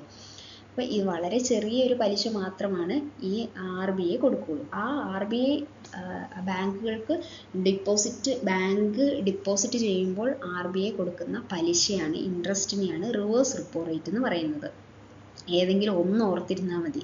റിപ്പോ റേറ്റ് എന്ന് പറയുന്നത് RBI ബാങ്കിന് കടം കൊടുക്കുമ്പോൾ ബാങ്കുകാർ അടയ്ക്കേണ്ട പലിശേനെയാണ് റിപ്പോ റേറ്റ് എന്ന് പറയുന്നത്. അത് മാത്രം ഓർത്തിരിക്കുക. അതിൻ്റെ നേരെ ഓപ്പോസിറ്റാണ് റിവേഴ്സ് റിപ്പോ റേറ്റ്. ഇനി എന്താണ് CRR എന്ന് പറയുന്നത്? ക്യാഷ് റിസർവ് റേഷ്യോ എന്നാണ് പറയുന്നത്. അതായത് വാണിജ്യ ബാങ്കുകളിൽ സ്വീകരിക്കുന്ന നിക്ഷേപങ്ങളിൽ കരുതലായി റിസർവ് ബാങ്കിൽ സൂക്ഷിക്കേണ്ട ഒരു നിശ്ചിത എമൗണ്ട് ഉണ്ട്, അതിനെയാണ് CRR എന്ന് പറയുന്നത്. ഇന്ത്യയിലെ എല്ലാ ബാങ്കുകളും ഒരു നിശ്ചിത തുക റിസർവ് ബാങ്കിൽ സൂക്ഷിക്കണം. അപ്പോൾ ഈ CRR എന്ന് പറയുന്നത് തന്നെ എന്താ പറയുക, നിക്ഷേപങ്ങൾ ബാങ്കിൽ നിർബന്ധമായിട്ട് സൂക്ഷിക്കണം, റിസർവായിട്ട് സൂക്ഷിച്ചു വെക്കേണ്ടതാണ് ക്യാഷ് റിസർവ് റേഷ്യോ എന്ന് പറയുന്നത്. അപ്പം ഇന്ത്യയിലെ എല്ലാ ബാങ്കുകളും ഒരു നിശ്ചിത തുക റിസർവ് ബാങ്കിൽ സൂക്ഷിക്കേണ്ടതുണ്ട്. അപ്പം ഈ ക്യാഷ് റിസർവ് റേഷ്യോ കൂടുന്നത് എപ്പോഴായിരിക്കും? സാധാരണയായിട്ട് വിപണിയിൽ പണലഭ്യത നിയന്ത്രിക്കാൻ വേണ്ടിയിട്ടാണ് ഈ RBI സാധാരണയായിട്ട് ഇത് വർദ്ധിപ്പിക്കുന്നത്. അതായത് ഇവിടെ പൈസ കൂടുകയാണ് എങ്കിൽ, ഇവിടുത്തെ പൈസ കൂടുകയാണ് എങ്കിൽ ഇങ്ങോട്ടേക്ക് വലിക്കണമല്ലോ RBIക്ക്. അപ്പോൾ RBIക്ക് വലിക്കാനുള്ള ഒരു മെത്തേഡ് എന്ന് പറയുന്നത്, മറ്റേ നമ്മൾ പറഞ്ഞു റിപ്പോ റേറ്റ് കൂട്ടുക എന്നുള്ളതൊക്കെ പറഞ്ഞു, ഇതും ഒരു വഴിയാണ്. എന്ത്? ഈ ക്യാഷ് റിസർവ് റേഷ്യോ കൂട്ടിക്കഴിഞ്ഞാലും ഇതിൻ്റെ ഉള്ളിലത്തെ പണം കുറേ ഇങ്ങ് വലിയൂലോ. അപ്പം during the period of inflation RBI cuts CRR ratio ആണോ? അല്ല, CRR റേഷ്യോ കൂട്ടുകയാണ് ചെയ്യുന്നത്. കൂട്ടിയാലല്ലേ ഇവിടുന്ന് കുറേ പണം ഇങ്ങോട്ടേക്ക് വരുള്ളൂ, RBIക്ക് കുറേ പൈസ കൊടുക്കേണ്ടി വരുള്ളൂ കൂട്ടിയാൽ, ഈ CRR റേഷ്യോ കൂട്ടിയാൽ. അപ്പോൾ during the period of inflation RBI cuts CRR അല്ല increase. During the period of depression RBI hikes the CRR. നേരെ തിരിച്ചാണ് ഇത് വരുന്നത്. ഇൻഫ്ലേഷൻ്റെ സമയത്താണ് CRR ഹൈക്ക് വരിക, ഡിപ്രഷൻ്റെ സമയത്താണ് CRR കട്ട് ചെയ്യുക. അപ്പം ഇതിൽ രണ്ടും തെറ്റാണ്. ഇതിൽ consider the following statement, correct select ചെയ്യാനാണ് പറഞ്ഞിരിക്കുന്നത്. രണ്ട് സ്റ്റേറ്റ്മെൻറ്റും കറക്റ്റ് അല്ല. അടുത്ത ക്വസ്റ്റ്യൻ എന്താണ്? Which is the best policy combination for RBI to reduce money supply in the market? Money supply കുറയ്ക്കാൻ, മണീൻ്റെ സപ്ലൈ കുറയ്ക്കണം, എക്കണോമിയിൽ മണി സപ്ലൈ കുറയ്ക്കാനുള്ള ബെസ്റ്റ് മെത്തേഡ് എന്താണ് ചോദിച്ചിരിക്കുന്നത്. അപ്പോൾ ഇതിൻ്റെ അകത്ത് ഉള്ള മണി സപ്ലൈ കുറയ്ക്കണം, ഇതിൻ്റെ അകത്ത് വരുന്ന മണി സപ്ലൈ കുറയ്ക്കാൻ എന്താണ് വഴി എന്നാണ് ചോദിച്ചിരിക്കുന്നത്. ഒന്നാമത്തെ ഓപ്ഷൻ നോക്കാം, റെഡ്യൂസ്. അപ്പോൾ മണി സപ്ലൈ കുറയ്ക്കണമെങ്കിൽ എന്ത് ചെയ്യണം? ഇതിൻ്റെ ഉള്ളിൽ നിന്ന് വലിക്കണം, പിന്നെ ഇതിൻ്റെ ഉള്ളിലേക്കുള്ള സപ്ലൈയും കുറയ്ക്കണം. ഈ രണ്ട് മെത്തേഡാണ് ഉള്ളത്. എന്താ ഓപ്ഷൻ നോക്കാം. ഒന്ന്, reduce reverse repo rate. Reverse repo rate എന്ന് പറഞ്ഞു കഴിഞ്ഞാൽ എന്താണ്? ബാങ്കുകൾ RBIയിൽ ഒരുപാട് പൈസ ബാങ്കിൽ വന്ന് കുമിഞ്ഞു കൂടുമ്പോൾ RBIയിൽ കൊണ്ട് ഡെപ്പോസിറ്റ് ചെയ്യുവാണ് എങ്കിൽ അവർക്കൊരു ചെറിയ പൈസ കൊടുക്കും. ആ ചെറിയ പൈസ, ആ കൊടുക്കുന്ന ആ ഡെപ്പോസിറ്റ് ചെയ്യുന്ന പൈസ പിന്നെയും കുറയ്ക്കുവാണെങ്കിൽ എന്താ സംഭവിക്കുക? ആരെങ്കിലും RBIയിൽ കൊണ്ടുപോയി ഡെപ്പോസിറ്റ് ചെയ്യുമോ? അതേസമയം RBIയിൽ ഡെപ്പോസിറ്റ് ചെയ്യുന്ന പൈസയ്ക്ക് ഇപ്പം നിങ്ങൾ ഈ ബാങ്കിൽ കൊണ്ട് ഡെപ്പോസിറ്റ് ചെയ്യും, ഞാൻ 2 രൂപ പലിശ തരാമെന്ന് പറയുകയാണെങ്കിൽ ആരെങ്കിലും കൊണ്ട് ഡെപ്പോസിറ്റ് ചെയ്യും. അതേസമയം നിങ്ങൾ ഈ ബാങ്കിൽ കൊണ്ട് ഡെപ്പോസിറ്റ് ചെയ്യുമോ, ഞങ്ങൾ 20% പലിശ തരാമെന്ന് പറയുമ്പോൾ ആൾക്കാർ ഡെപ്പോസിറ്റ് ചെയ്യുന്ന അളവ് കൂടൂലേ? അങ്ങനെ ഡെപ്പോസിറ്റ് ചെയ്യുമ്പോൾ അവിടെയുള്ള ആ പൈസേൻ്റെ അളവ് കുറയൂലേ? അവിടെ ഒഴുകി നടക്കുന്ന പൈസേൻ്റെ അളവ് കുറയൂലേ? പൈസ എല്ലാം കൊണ്ട് ഡെപ്പോസിറ്റ് ചെയ്ത് കഴിഞ്ഞാൽ. അപ്പോൾ അതിന് എന്താ ചെയ്യേണ്ടത്? റിവേഴ്സ് റിപ്പോ റേറ്റ് കൂട്ടുവാണെങ്കിലാണ് അവിടെ കൊണ്ട് ഡെപ്പോസിറ്റ് ചെയ്യത്തുള്ളൂ. അതുപോലെ തന്നെ RBI ആ റിവേഴ്സ് റിപ്പോ റേറ്റ് കൂട്ടുവാണെങ്കിൽ, ഡെപ്പോസിറ്റ് ചെയ്യുന്ന പൈസയ്ക്ക് കൊടുക്കുന്ന ഇൻട്രസ്റ്റ് റേറ്റ് കൂട്ടുവാണെങ്കിലല്ലേ അവിടേക്ക് കൊണ്ട് ഡെപ്പോസിറ്റ് ചെയ്യുള്ളൂ. അങ്ങനെ ഡെപ്പോസിറ്റ് ചെയ്താലല്ലേ ഒഴുകുന്ന മണി കുറയുള്ളൂ. അപ്പോൾ ഇത് തെറ്റാണ്. ആദ്യത്തെ ഇത് തെറ്റാണ്. അടുത്തത് എന്താണ്? Increase reserve ratio. Reserve ratio കൂട്ടുക എന്ന് പറഞ്ഞാൽ എന്താണ്? RBI പറയുകയാണ് കുറച്ചുകൂടെ റിസർവ് കൂട്ടണം, ഞങ്ങൾക്ക് വേണ്ടി കുറച്ചുകൂടെ സ്റ്റോക്ക് വെക്കണം, സേവ് ചെയ്ത് വെക്കണം, കുറച്ചുകൂടെ പൈസ സേവ് ചെയ്ത് വെക്കണം എന്ന് പറഞ്ഞ് അതിൻ്റെ സേവ് ചെയ്യുന്ന എമൗണ്ടിൻ്റെ പൈസ കൂട്ടുവാണെങ്കിൽ ഈ മാർക്കറ്റിലേക്ക് പൈസ എക്കണോമിയിലേക്ക് പൈസ ഒഴുക്കാതെ ബാങ്കുകൾക്ക് കുറേ സേവ് ചെയ്യേണ്ടി വരും, RBIയിലേക്ക് സേവ് ചെയ്യേണ്ടി വരും. അപ്പം അത് അങ്ങനെ ഒഴുക്ക് കുറയ്ക്കാം. അപ്പം ഇത് കറക്റ്റാണ്. അതുപോലെ തന്നെ ഓപ്പൺ മാർക്കറ്റ് സെയിൽ ഓഫ് ബോണ്ടിൻ്റെ സെയിൽ കൂട്ടുക. ബോണ്ട് എന്ന് പറഞ്ഞാൽ എന്താണ്? ഗവൺമെൻറ്റിന് പൈസയ്ക്ക് ആവശ്യം വരുമ്പോൾ ഗവൺമെൻറ് ആൾക്കാരുടെ കയ്യിൽ നിന്ന് പൈസ മേടിക്കുന്നു. പൈസയ്ക്ക് ആവശ്യം വരുമ്പോൾ അപ്പം അതിന് ആൾക്കാരുടെ കയ്യിൽ നിന്ന് പൈസ മേടിച്ച് കഴിഞ്ഞാൽ എന്ത് സംഭവിക്കും? ആൾക്കാരത് പൈസ കൊടുത്താണല്ലോ മേടിക്കുന്നത്. അപ്പോൾ ആൾക്കാരുടെ കയ്യിലുള്ള പൈസ അങ്ങ് പോകുമല്ലോ, കയ്യിലുള്ള പൈസ അങ്ങ് കുറഞ്ഞു കിട്ടും. പിന്നീട് തിരിച്ചു കൊടുത്താൽ മതി. അപ്പോൾ പൈസേൻ്റെ അളവ് അങ്ങനെ കൺട്രോൾ ചെയ്യാൻ പറ്റും. അപ്പോൾ അതാണ് open market sale of bond എന്നാണ് പറയുന്നത്. വിൽക്കുക. അപ്പോൾ അത് ബോണ്ട് സെയിൽ ചെയ്യാൻ വെച്ച് കഴിഞ്ഞാൽ ആൾക്കാർ പൈസ മുടക്കി ആ സാധനം മേടിക്കും. ഓക്കെ, അപ്പോൾ ഇത് രണ്ടും കറക്റ്റാണ്. പക്ഷേ ഇവിടെ നേരെ തിരിച്ചാണ് വേണ്ടത്. അതുകൊണ്ട് ഇത് തെറ്റാണ്, ഈ സ്റ്റേറ്റ്മെൻറ്റ് തെറ്റാണ്. രണ്ടാമത്തെ ഓപ്ഷൻ എന്താണ്? Increase repo rate. Repo rate കൂട്ടുക എന്ന് വെച്ച് കഴിഞ്ഞാൽ എന്താണ്? RBIക്ക് കൊടുക്കാനുള്ള, അതായത് RBIയിൽ നിന്ന് കടം മേടിച്ചിട്ട് കൊടുക്കാനുള്ള ഇൻട്രസ്റ്റ് റേറ്റ് അങ്ങ് കൂട്ടി. ഇൻട്രസ്റ്റ് റേറ്റ് കൂട്ടിക്കഴിഞ്ഞാൽ എന്ത് സംഭവിക്കും? ഇതിൻ്റെ അകത്തേക്കുള്ള ഒഴുക്ക് കുറയൂലേ? അതായത് കടമെടുക്കുന്നത് കുറയും. ഇപ്പം 4% പലിശയുള്ളൂ, അതായത് ഇപ്പം ലോണ് കിട്ടുമെന്ന് വിചാരിച്ചോ, 1% പലിശയ്ക്ക് ലോൺ കിട്ടുമെന്ന് പറയുകയാണെങ്കിൽ ആൾക്കാരെല്ലാവരും പോയി ലോൺ എടുത്തിട്ട് എന്തെങ്കിലുമൊക്കെ സാധനങ്ങളോ അല്ലെങ്കിൽ നല്ല ബിസിനസ്സൊക്കെ തുടങ്ങൂലേ 1% പലിശ എന്ന് പറയുവാണെങ്കിൽ. അതേസമയം ആ പലിശ നിരക്ക് കൂട്ടുവാണെങ്കിലോ, ലോൺ എടുക്കുന്നതിന് 20% പലിശ നിരക്ക് എന്ന് പറയുകയാണെങ്കിൽ ആൾക്കാരാരെങ്കിലും ലോൺ എടുത്ത് പൈസ കയ്യിൽ വെക്കാൻ നോക്കുമോ? ഇല്ല. ലോൺ എടുത്ത് വീട് വെക്കുമോ? ഇല്ല. അപ്പോൾ പലിശ നിരക്ക് കൂട്ടുന്നു. അപ്പോൾ ഇത് കറക്റ്റാണ്. ഇതില്ലാത്തേക്കുള്ള ഒഴുക്ക് കുറയ്ക്കാൻ, ഇതിനകത്തേക്കുള്ള വരവ് കുറയ്ക്കാൻ സഹായിക്കും ഇൻക്രീസ് റിപ്പോ റേറ്റ്. അതുപോലെ തന്നെ ഇൻക്രീസ് റിസർവ് റേഷ്യോ നമ്മൾ പറഞ്ഞു. ഇതിൻ്റെ അകത്തുനിന്ന് കൂടുതലും പൈസ കുറച്ച് പുറത്തേക്ക് എടുക്കുക, കുറച്ചധികം പുറത്തേക്ക് വലിക്കുക, ഇതിൻ്റെ അകത്തേക്കുള്ള ഒഴുക്ക് കുറയ്ക്കാൻ. അപ്പം ഇൻക്രീസ് റിവേഴ്സ് റിപ്പോ റേറ്റ് കറക്റ്റാണ്. അതുപോലെ തന്നെ open market sale of bond. കുറേ സാധനം ഇവിടെ വിൽക്കാൻ വെച്ചിട്ടുണ്ടെന്ന് വിചാരിക്കുക. ഈ വിൽക്കാൻ വെച്ച സാധനം മേടിക്കണമെങ്കിലും ഇതിൽ നിന്ന് പൈസ ചിലവാക്കണ്ടേ? അപ്പോൾ എന്ത് സംഭവിക്കും? ഇതിൻ്റെ അകത്ത് പൈസേൻ്റെ അളവ് കുറയൂലേ? അങ്ങനെ ഓർത്താൽ മതി. ഈ ചതുരം എന്ന് പറയുന്നത് ഇതിൻ്റെ അകത്ത് നിറച്ചും പൈസയാണ്. അപ്പോൾ ഇതിൻ്റെ അകത്തെ പൈസേൻ്റെ അങ്ങോട്ടും ഇങ്ങോട്ടുമുള്ള ചലനം കുറയ്ക്കണമെങ്കിൽ എന്ത് ചെയ്യണം? ഇതിലേക്ക് കൂടുതൽ പൈസ വരാതിരിക്കാനും ശ്രദ്ധിക്കണം. അതുപോലെ തന്നെ ഇതിൻ്റെ അകത്ത് ഒരുപാട് ഒഴുകി നടക്കുന്ന പൈസേനെ പുറത്തേക്ക് വലിക്കാനുള്ള വഴികളും നോക്കണം. അങ്ങനെ വലിക്കാനുള്ള 2 വഴികളാണ് ഇവിടെ പറഞ്ഞത്. ഒന്ന് റിപ്പോ റേറ്റ് കൂട്ടുക എന്നുള്ളത്, ഈ റിസർവ് റേഷ്യോ കൂട്ടുക എന്ന് പറയുന്നത്. റിസർവ് റേഷ്യോ കൂട്ടിക്കഴിഞ്ഞാൽ കൂടുതൽ പൈസ റിസർവായിട്ട് വെക്കേണ്ടി വരും.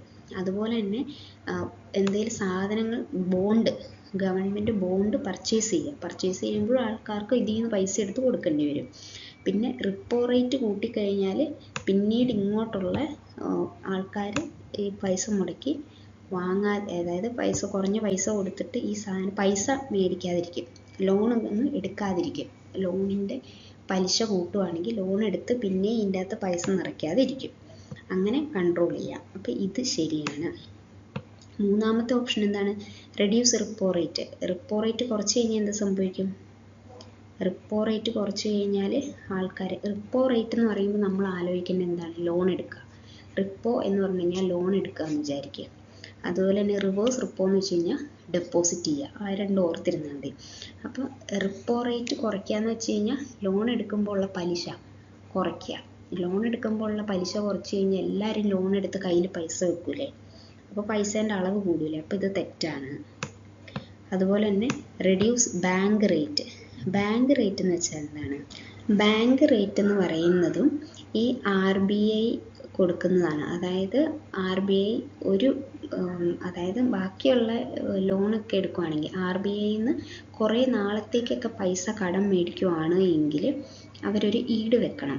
ഓക്കെ, ഞങ്ങളുടെ ബാങ്കിൽ ഇത്രത്തോളം സ്വർണം പണയമായി വന്നിട്ടുണ്ട്, അപ്പോൾ ആ ഇത്രയും സ്വർണം RBIക്ക് പണയമായി നൽകാം, ഞങ്ങൾക്ക് കുറച്ച് പൈസ തരണം എന്നാണ് ഈ ബാക്കിയുള്ള ലോൺ. RBIയിൽ നിന്ന് ലോൺ എടുത്തു കഴിഞ്ഞാൽ എന്തെങ്കിലും ഈട് നൽകണം. അതേസമയം ഒരു ഈടുമില്ലാതെ 90 ദിവസത്തേക്ക്, അതായത് ഏറ്റവും ചുരുങ്ങിയ ദിവസത്തേക്ക് 90 ദിവസത്തേക്ക്, ചിലപ്പോൾ ഒരു ദിവസത്തേക്ക് 2 ദിവസത്തേക്ക് അങ്ങനെയൊക്കെ ആയിരിക്കും, ഒരു ഈടുമില്ലാതെ RBI കടം കൊടുക്കും. പക്ഷെ അതിനെന്താ സംഭവിക്കുക? അതിനെയാണ് ബാങ്ക് റേറ്റ് എന്ന് പറയുന്നത്. അതിന് പലിശ കൊടുക്കണം. അതിന് ഭയങ്കര പലിശയായിരിക്കും. ഒരു ദിവസത്തേക്ക് തന്നെ ഇത്ര രൂപ പലിശയായിരിക്കും.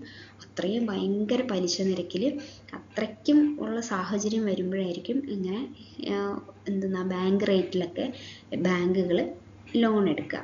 അങ്ങനെ കുറച്ച് ദിവസത്തേക്ക് മാത്രം, 90 ദിവസത്തേക്കാണ് അതിൻ്റെ പരിധി എന്ന് പറയുന്നത്. യാതൊരു ഈടുമില്ലാതെ ബാങ്കുകൾക്ക് RBI പണം കടം കൊടുക്കും. അതിനുള്ള ഇൻട്രസ്റ്റിനെയാണ് ബാങ്ക് റേറ്റ് അഥവാ ഡിസ്കൗണ്ട് റേറ്റ് എന്ന് പറയുന്നത്. അപ്പോൾ ഇവിടെ ബാങ്ക് റേറ്റ് കുറച്ച് കഴിഞ്ഞാൽ എന്താ സംഭവിക്കുക? ബാങ്ക് റേറ്റ് കുറച്ച് കഴിഞ്ഞാൽ ഓക്കെ, അവിടെ ഇത്ര ശതമാനം പലിശയല്ലേ കടം എടുത്താവുള്ളൂ, ഒരു ഈടും ഇല്ലാണ്ട് ബാങ്ക് റേറ്റ് ഒരു ഈടും ഇല്ലാണ്ട് ഇത്ര കുറച്ചുള്ള ഇൻട്രസ്റ്റിൽ കടം തരുമെന്നുണ്ടെങ്കിൽ എല്ലാം നമുക്ക് കുറേ പൈസ മേടിച്ച് വെക്കാം എന്നുള്ള രീതിക്ക് ആൾക്കാരൊക്കെ പൈസ മേടിക്കാൻ തുടങ്ങൂലേ. അപ്പം എപ്പോഴും ബാങ്ക് റേറ്റ് എന്ന് പറയുന്നത് വളരെ കൂടുതലായിരിക്കും. അതെന്താ? Open market purchase of bonds. ഇവിടെ സെയിൽ ഓഫ് ബോണ്ടാണോ പർച്ചേസ് ഓഫ് ബോണ്ടാണോ എന്ന് നോക്കണം. Open market purchase of bond എന്ന് പറഞ്ഞു കഴിഞ്ഞാൽ പർച്ചേസ് ചെയ്യാന്ന് വെച്ച് കഴിഞ്ഞാൽ എന്താ? ഗവൺമെൻറ് ബോണ്ട് പർച്ചേസ് ചെയ്യുക. ഗവൺമെൻറ് ബോണ്ട് പർച്ചേസ് ചെയ്യുമ്പോൾ എന്ത് സംഭവിക്കുക? ഗവൺമെൻറ് ആണ് മേടിക്കുന്നത് എങ്കിലും ഗവൺമെൻറ് പൈസ ഇങ്ങോട്ടേക്ക് കൊടുക്കണം അല്ലേ? RBI ആണ്, അത് government in the sense RBI ആണ് ഈ മേടിക്കുന്നത് എങ്കിൽ RBI ഒരു സാധനം മേടിക്കുമ്പോൾ നമ്മൾ പൈസ കൊടുക്കണേ. പൈസ എങ്ങോട്ടാണ് ഒഴുകുന്നത്? പൈസ സിസ്റ്റത്തിലേക്കാണ് ഒഴുകുന്നത്. അപ്പോൾ RBI സാധനം മേടിക്കുകയാണ്, ബോണ്ട് മേടിക്കുകയാണെങ്കിൽ പിന്നെയും പൈസ സിസ്റ്റത്തിലോട്ട് വരികയുള്ളൂ. അപ്പോൾ സിസ്റ്റത്തിൽ നിന്ന് പൈസ പോകണമെന്നുണ്ടെങ്കിൽ എന്ത് ചെയ്യണം? RBI ഒരു ബോണ്ട് വെച്ചിട്ട് ഇത് വാങ്ങിക്കൂ എന്ന് പറയണം. അന്നേരം നമ്മൾ പൈസ ഈ സിസ്റ്റത്തിൽ നിന്ന് പൈസ മുടക്കി അത് മേടിക്കും. അതുകൊണ്ട് പർച്ചേസ് അല്ല, സെയിലാണ് ഈ പൈസ കുറയ്ക്കാനുള്ള വഴി. സെയിൽ ഓഫ് ബോണ്ടാണ് ഈ സിസ്റ്റത്തിലെ പൈസേൻ്റെ ഒഴുക്കിനെ കുറയ്ക്കാനുള്ള വഴി. അപ്പോൾ ഇതിൽ ഓപ്ഷൻ 2 ആണ് കറക്റ്റ് ആയിട്ടുള്ളത് കേട്ടോ. ഇനി അടുത്ത ക്വസ്റ്റ്യൻ എന്താണ്? The SDF operationalised by RBI on 8th April 2022. ഈ SDF എന്ന് പറയുന്നത് സ്റ്റാൻഡിങ് ഡിപ്പോസിറ്റ് ഫെസിലിറ്റിയാണ്. അതിൽ പേരിൽ തന്നെ ഉണ്ട്, ഡെപ്പോസിറ്റ് ചെയ്യാനുള്ള ഒരു അവസരം കൊടുക്കുകയാണ് RBI. മറ്റു ബാങ്കുകൾക്ക് സർപ്ലസ് ആയിട്ടുള്ള എമൗണ്ട് വരുവാണെങ്കിൽ, കൂടുതൽ എമൗണ്ട് അവരുടെ ബാങ്കിൽ വരുവാണെങ്കിൽ അവർക്ക് അതുകൊണ്ട് RBIയിൽ ഡെപ്പോസിറ്റ് ചെയ്യാം. അതിനെയാണ് സ്റ്റാൻഡിങ് ഡെപ്പോസിറ്റ് ഫെസിലിറ്റി എന്ന് പറയുന്നത്. അതിന് കൊളാറ്ററൽ വേണ്ട. ഈ റിവേഴ്സ് റിപ്പോ റേറ്റും ഈ SDFും തമ്മിലുള്ള വ്യത്യാസം എന്താണെന്ന് വെച്ച് കഴിഞ്ഞാൽ SDF എന്ന് പറയുന്നത് ഷോർട്ട് ടേം ആണ്, അതുപോലെ തന്നെ ഒരു കൊളാറ്ററൽ സെക്യൂരിറ്റി ഒന്നും വേണ്ട. പക്ഷേ റിവേഴ്സ് റിപ്പോയിൽ വന്നു കഴിഞ്ഞാൽ അതിന് കുറച്ച് കൂടുതൽ കാലത്തേക്ക് ഡെപ്പോസിറ്റ് ചെയ്യാം, അല്ലെങ്കിൽ ഷോർട്ട് ടേമിലേക്കാണ് മണി ബോറോ ചെയ്യുന്നത്. പക്ഷേ ഗവൺമെൻറ് സെക്യൂരിറ്റി വെച്ചിട്ടാണ്. ഓക്കെ, അപ്പം ഇത് ഫിക്സഡ് റിവേഴ്സ് റിപ്പോ റേറ്റ്, അതായത് ഈ സംഭവം വന്നത് കൊറോണേൻ്റെ ഒക്കെ ആ സമയത്ത് ഭയങ്കര മണി പ്രോബ്ലം വന്നു, ഫ്ലോയിലുള്ള ഒരു വ്യത്യാസം വന്നു കഴിഞ്ഞപ്പോഴാണ് ഈ SDF ഇൻട്രൊഡ്യൂസ് ചെയ്തത്. അത് replace the fixed reverse repo rate as the form of LAF. Fixed reverse repo റേറ്റിനെ റീപ്ലേസ് ചെയ്തിട്ടാണ് SDF വന്നത്, സ്റ്റാൻഡിങ് ഡെപ്പോസിറ്റ്. അടുത്ത question, the RBI's decision to reduce cash reverse ratio, അതായത് cash reverse ratio, reserve ratio reduce ചെയ്യുകയാണ് എന്ന് RBI decide ചെയ്ത് കഴിഞ്ഞാൽ അതിൻ്റെ അർത്ഥം എന്താണ്? ഇൻക്രീസ് ലിക്വിഡിറ്റിയാണ്. അതായത് ക്യാഷ് കുറച്ച് അതായത് നമ്മുടെ ബാങ്കിൽ കുറച്ച് ക്യാഷ് മതി, കുറച്ച് ക്യാഷ് സേവ് ചെയ്ത് വെച്ചാൽ മതി, ബാക്കിയൊക്കെ നിങ്ങൾ ഉപയോഗിച്ചോളൂ എന്ന് പറഞ്ഞു കഴിഞ്ഞാൽ അതിൻ്റെ അർത്ഥം എന്താണ്? കുറച്ച് വെച്ചാൽ മതി, ബാക്കിയൊക്കെ നിങ്ങളെടുത്ത് ഉപയോഗിച്ചോളൂ. പൈസ കുറവാണ്, ആ എക്കണോമിയിൽ പൈസ കുറവാണ്, അപ്പം ആ പൈസയും കൂടെ എടുത്ത് ഉപയോഗിച്ചോളൂ എന്നുള്ളതാണ് അതിൻ്റെ അർത്ഥം. അപ്പോൾ ലിക്വിഡിറ്റി ഇൻക്രീസ് ചെയ്യിക്കാൻ വേണ്ടിയിട്ടുള്ളതാണ്. ഇനി which among the following measures will reduce the supply of money in the economy? എക്കണോമിയിലേക്കുള്ള പൈസ റെഡ്യൂസ് ചെയ്യുന്നത്, ഇങ്ങോട്ടേക്ക് വീഴുന്ന പൈസ കുറയ്ക്കാനുള്ള മെത്തേഡ് എന്തൊക്കെയാണ്? ഒന്നാമത്തെ ഓപ്ഷൻ എന്താണ്? Purchase of government securities by RBI. Government security RBI purchase ചെയ്ത് കഴിഞ്ഞാൽ എന്താ സംഭവിക്കുക? ഇവിടെ RBI ആണല്ലോ ഉള്ളത്. ഈ RBI സെക്യൂരിറ്റി പർച്ചേസ് ചെയ്ത് കഴിഞ്ഞാൽ, പർച്ചേസ് എന്നാണല്ലോ പറഞ്ഞിരിക്കുന്നത്, പർച്ചേസ് ചെയ്ത് കഴിഞ്ഞാൽ എന്താ സംഭവിക്കുക? ഒരു സാധനം മേടിച്ച് കഴിഞ്ഞാൽ അതിൻ്റെ പൈസ കൊടുക്കണമല്ലോ. പൈസ എങ്ങോട്ടേക്കാണ് വരിക? മണി ഇങ്ങോട്ടേക്ക് ഫ്ലോ ചെയ്യൂലേ. അപ്പോൾ അത് കുറയ്ക്കുമോ മണി സപ്ലൈ? ഇല്ല, കൂട്ടുകയാണ് ചെയ്യുന്നത്. അപ്പോൾ ഇത് തെറ്റാണ്. ഇനി രണ്ടാമത്തെ കാര്യം, sale of government securities by RBI. ഇനി അതേസമയം ഈ സെക്യൂരിറ്റി, ഗവൺമെൻറ് സെക്യൂരിറ്റി സെയിലിന് വെച്ചു RBI, വിൽക്കാൻ വെച്ച് കഴിഞ്ഞാൽ എന്താ സംഭവിക്കുക? RBIക്ക് പണം കിട്ടുവാണല്ലോ ചെയ്യുക. അപ്പോൾ RBIക്ക് പണം കിട്ടുവാണെങ്കിൽ ഇവിടുത്തെ സപ്ലൈ കുറയുവേ. അപ്പോൾ ഇത് കറക്റ്റാണ്. മൂന്നാമത്തെ ഓപ്ഷൻ എന്താണ്? Borrowings of central government from RBI. Central government RBIന്ന് സെൻട്രൽ ഗവൺമെൻറ് എന്തെങ്കിലും മേടിക്കുകയാണെങ്കിൽ എന്ത് സംഭവിക്കും? Borrowings of the central government from RBI. പിന്നെ അതായത് ഗവൺമെൻറ് പിന്നെ RBIൻ്റെ അടുത്ത് നിന്ന് കടം മേടിക്കുകയാണെങ്കിൽ എന്താ സംഭവിക്കുക? പിന്നെയും പൈസ കൂടുകയല്ലേ ചെയ്യാം. ഗവൺമെൻറ് കടമായിട്ട് കുറച്ച് പൈസ തരുമോ എന്ന് ചോദിച്ചു കഴിഞ്ഞാൽ ഈ സിസ്റ്റത്തിലേക്ക് പിന്നെയും പൈസയല്ലേ വരുന്നത്. ലോൺ എടുത്തു കഴിഞ്ഞാലും കടം മേടിച്ചു കഴിഞ്ഞാലും ഒക്കെ പൈസയായിരിക്കും ഇങ്ങോട്ട് വരിക. അപ്പോൾ ഇവിടെ സപ്ലൈ കൂടുകയാണ് ചെയ്യുക. അപ്പോൾ ബോറോയിങ് ചെയ്താലും പൈസ കൂടും. അപ്പോൾ ഇതും തെറ്റാണ്. അപ്പോൾ ഓപ്ഷൻ എന്താണ്? ഓപ്ഷൻ ബി ആണ് കറക്റ്റ് ആൻസർ. എക്കണോമിയിലെ പൈസ സപ്ലൈ റെഡ്യൂസ് ചെയ്യണമെന്നുണ്ടെങ്കിൽ sale of the government securities by RBI. അടുത്തത് മോണിറ്ററി പോളിസി കമ്മിറ്റീനെ പറ്റിയാണ്. ഈ മോണിറ്ററി പോളിസി കമ്മിറ്റി എന്ന് പറയുന്നത് RBI ആക്ട് 1934 45Z(b) സെക്ഷൻ പ്രകാരം വന്നിട്ടുള്ള ഒരു കമ്മിറ്റിയാണ്. അത് ഈ കമ്മിറ്റീനെ കൺട്രോൾ ചെയ്യാൻ, അതിൻ്റെ തലപ്പത്തുള്ളതും ഈ RBI ഗവർണർ തന്നെയാണ്. ഈ ഇൻഫ്ലേഷനെയൊക്കെ കൺട്രോൾ ചെയ്യാൻ റിപ്പോ റേറ്റ് അതൊക്കെ നിശ്ചയിക്കുന്നത്, മോണിറ്ററി പോളിസി റിപ്പോർട്ട് അതെല്ലാം ഈ മോണിറ്ററി പോളിസി കമ്മിറ്റീൻ്റെ കീഴിലാണ് വരുന്നത്. ഈ കമ്മിറ്റീൻ്റെ ചെയർപേഴ്സൺ എന്ന് പറയുന്ന RBI ഗവർണറാണ്. അതുപോലെ തന്നെ ഒരു ഇൻചാർജ് ഉണ്ടാവും. അതുപോലെ തന്നെ 4 മെമ്പേഴ്സും ഉണ്ടാവും. ഈ 4 അംഗങ്ങളാണ് കോറം എന്ന് പറയുന്നത്. അതുപോലെ തന്നെ ഒരു വർഷത്തിൽ ചുരുങ്ങിയത് 4 പ്രാവശ്യമെങ്കിലും ഈ കമ്മിറ്റി കൂടണം എന്ന് നിർബന്ധമാണ്. അതുപോലെ തന്നെ ഓരോ 6 മാസം കൂടുമ്പോഴും ഈ മോണിറ്ററി പോളിസി റിപ്പോർട്ട് എന്ന് പറയുന്ന റിപ്പോർട്ട് 6 മാസം കൂടുമ്പോൾ RBIക്ക് കൊടുക്കണം. RBIക്ക് പബ്ലിഷ് ചെയ്യണം ഈ മോണിറ്ററി പോളിസി കമ്മിറ്റി. അപ്പോൾ ഇതിൻ്റെ അകത്ത് ഫസ്റ്റ് ഓപ്ഷൻ എന്താണ്? മോണിറ്ററി പോളിസി ഐഡൻറ്റിഫൈ ചെയ്ത് റോങ് സ്റ്റേറ്റ്മെൻറ്റ് ഐഡൻറ്റിഫൈ ചെയ്യാനാണ്. ഒന്നാമത്തെ option, the inflation target for the present period is between 1% lower and 7% upper. അതായത് അതിൻ്റെ ബാൻഡ് പറയുന്നത് ഇതിൽ ഓപ്ഷനിൽ പറയുന്നത് 1 to 7 ആണ്. പക്ഷേ നമ്മുടെ ടാർഗറ്റ് ഇൻഫ്ലേഷൻ എന്ന് പറയുന്നത് 4% ആണ്, വിത്ത് ±2% ആണ്. അപ്പോൾ 2% ലോവറും 2% അപ്പറുമാണ്. അതായത് 4%-ത്തിൽ 2% കുറവെന്ന് പറയുമ്പോൾ 2%, ലോവർ 2% വരും, അപ്പർ 4+2 എന്ന് പറയുമ്പോൾ 6 വരും. അതായത് 4% ആണ് ടാർഗറ്റ് ഇൻഫ്ലേഷൻ എന്ന് പറയുന്നത്. ടാർഗറ്റ് ഇൻഫ്ലേഷൻ എന്ന് പറയുന്നത് 4% ആണ്. എന്നാൽ അതിൻ്റെ എന്താണ് ±2% ആണ് ബാൻഡ് എന്ന് പറയുന്നത്.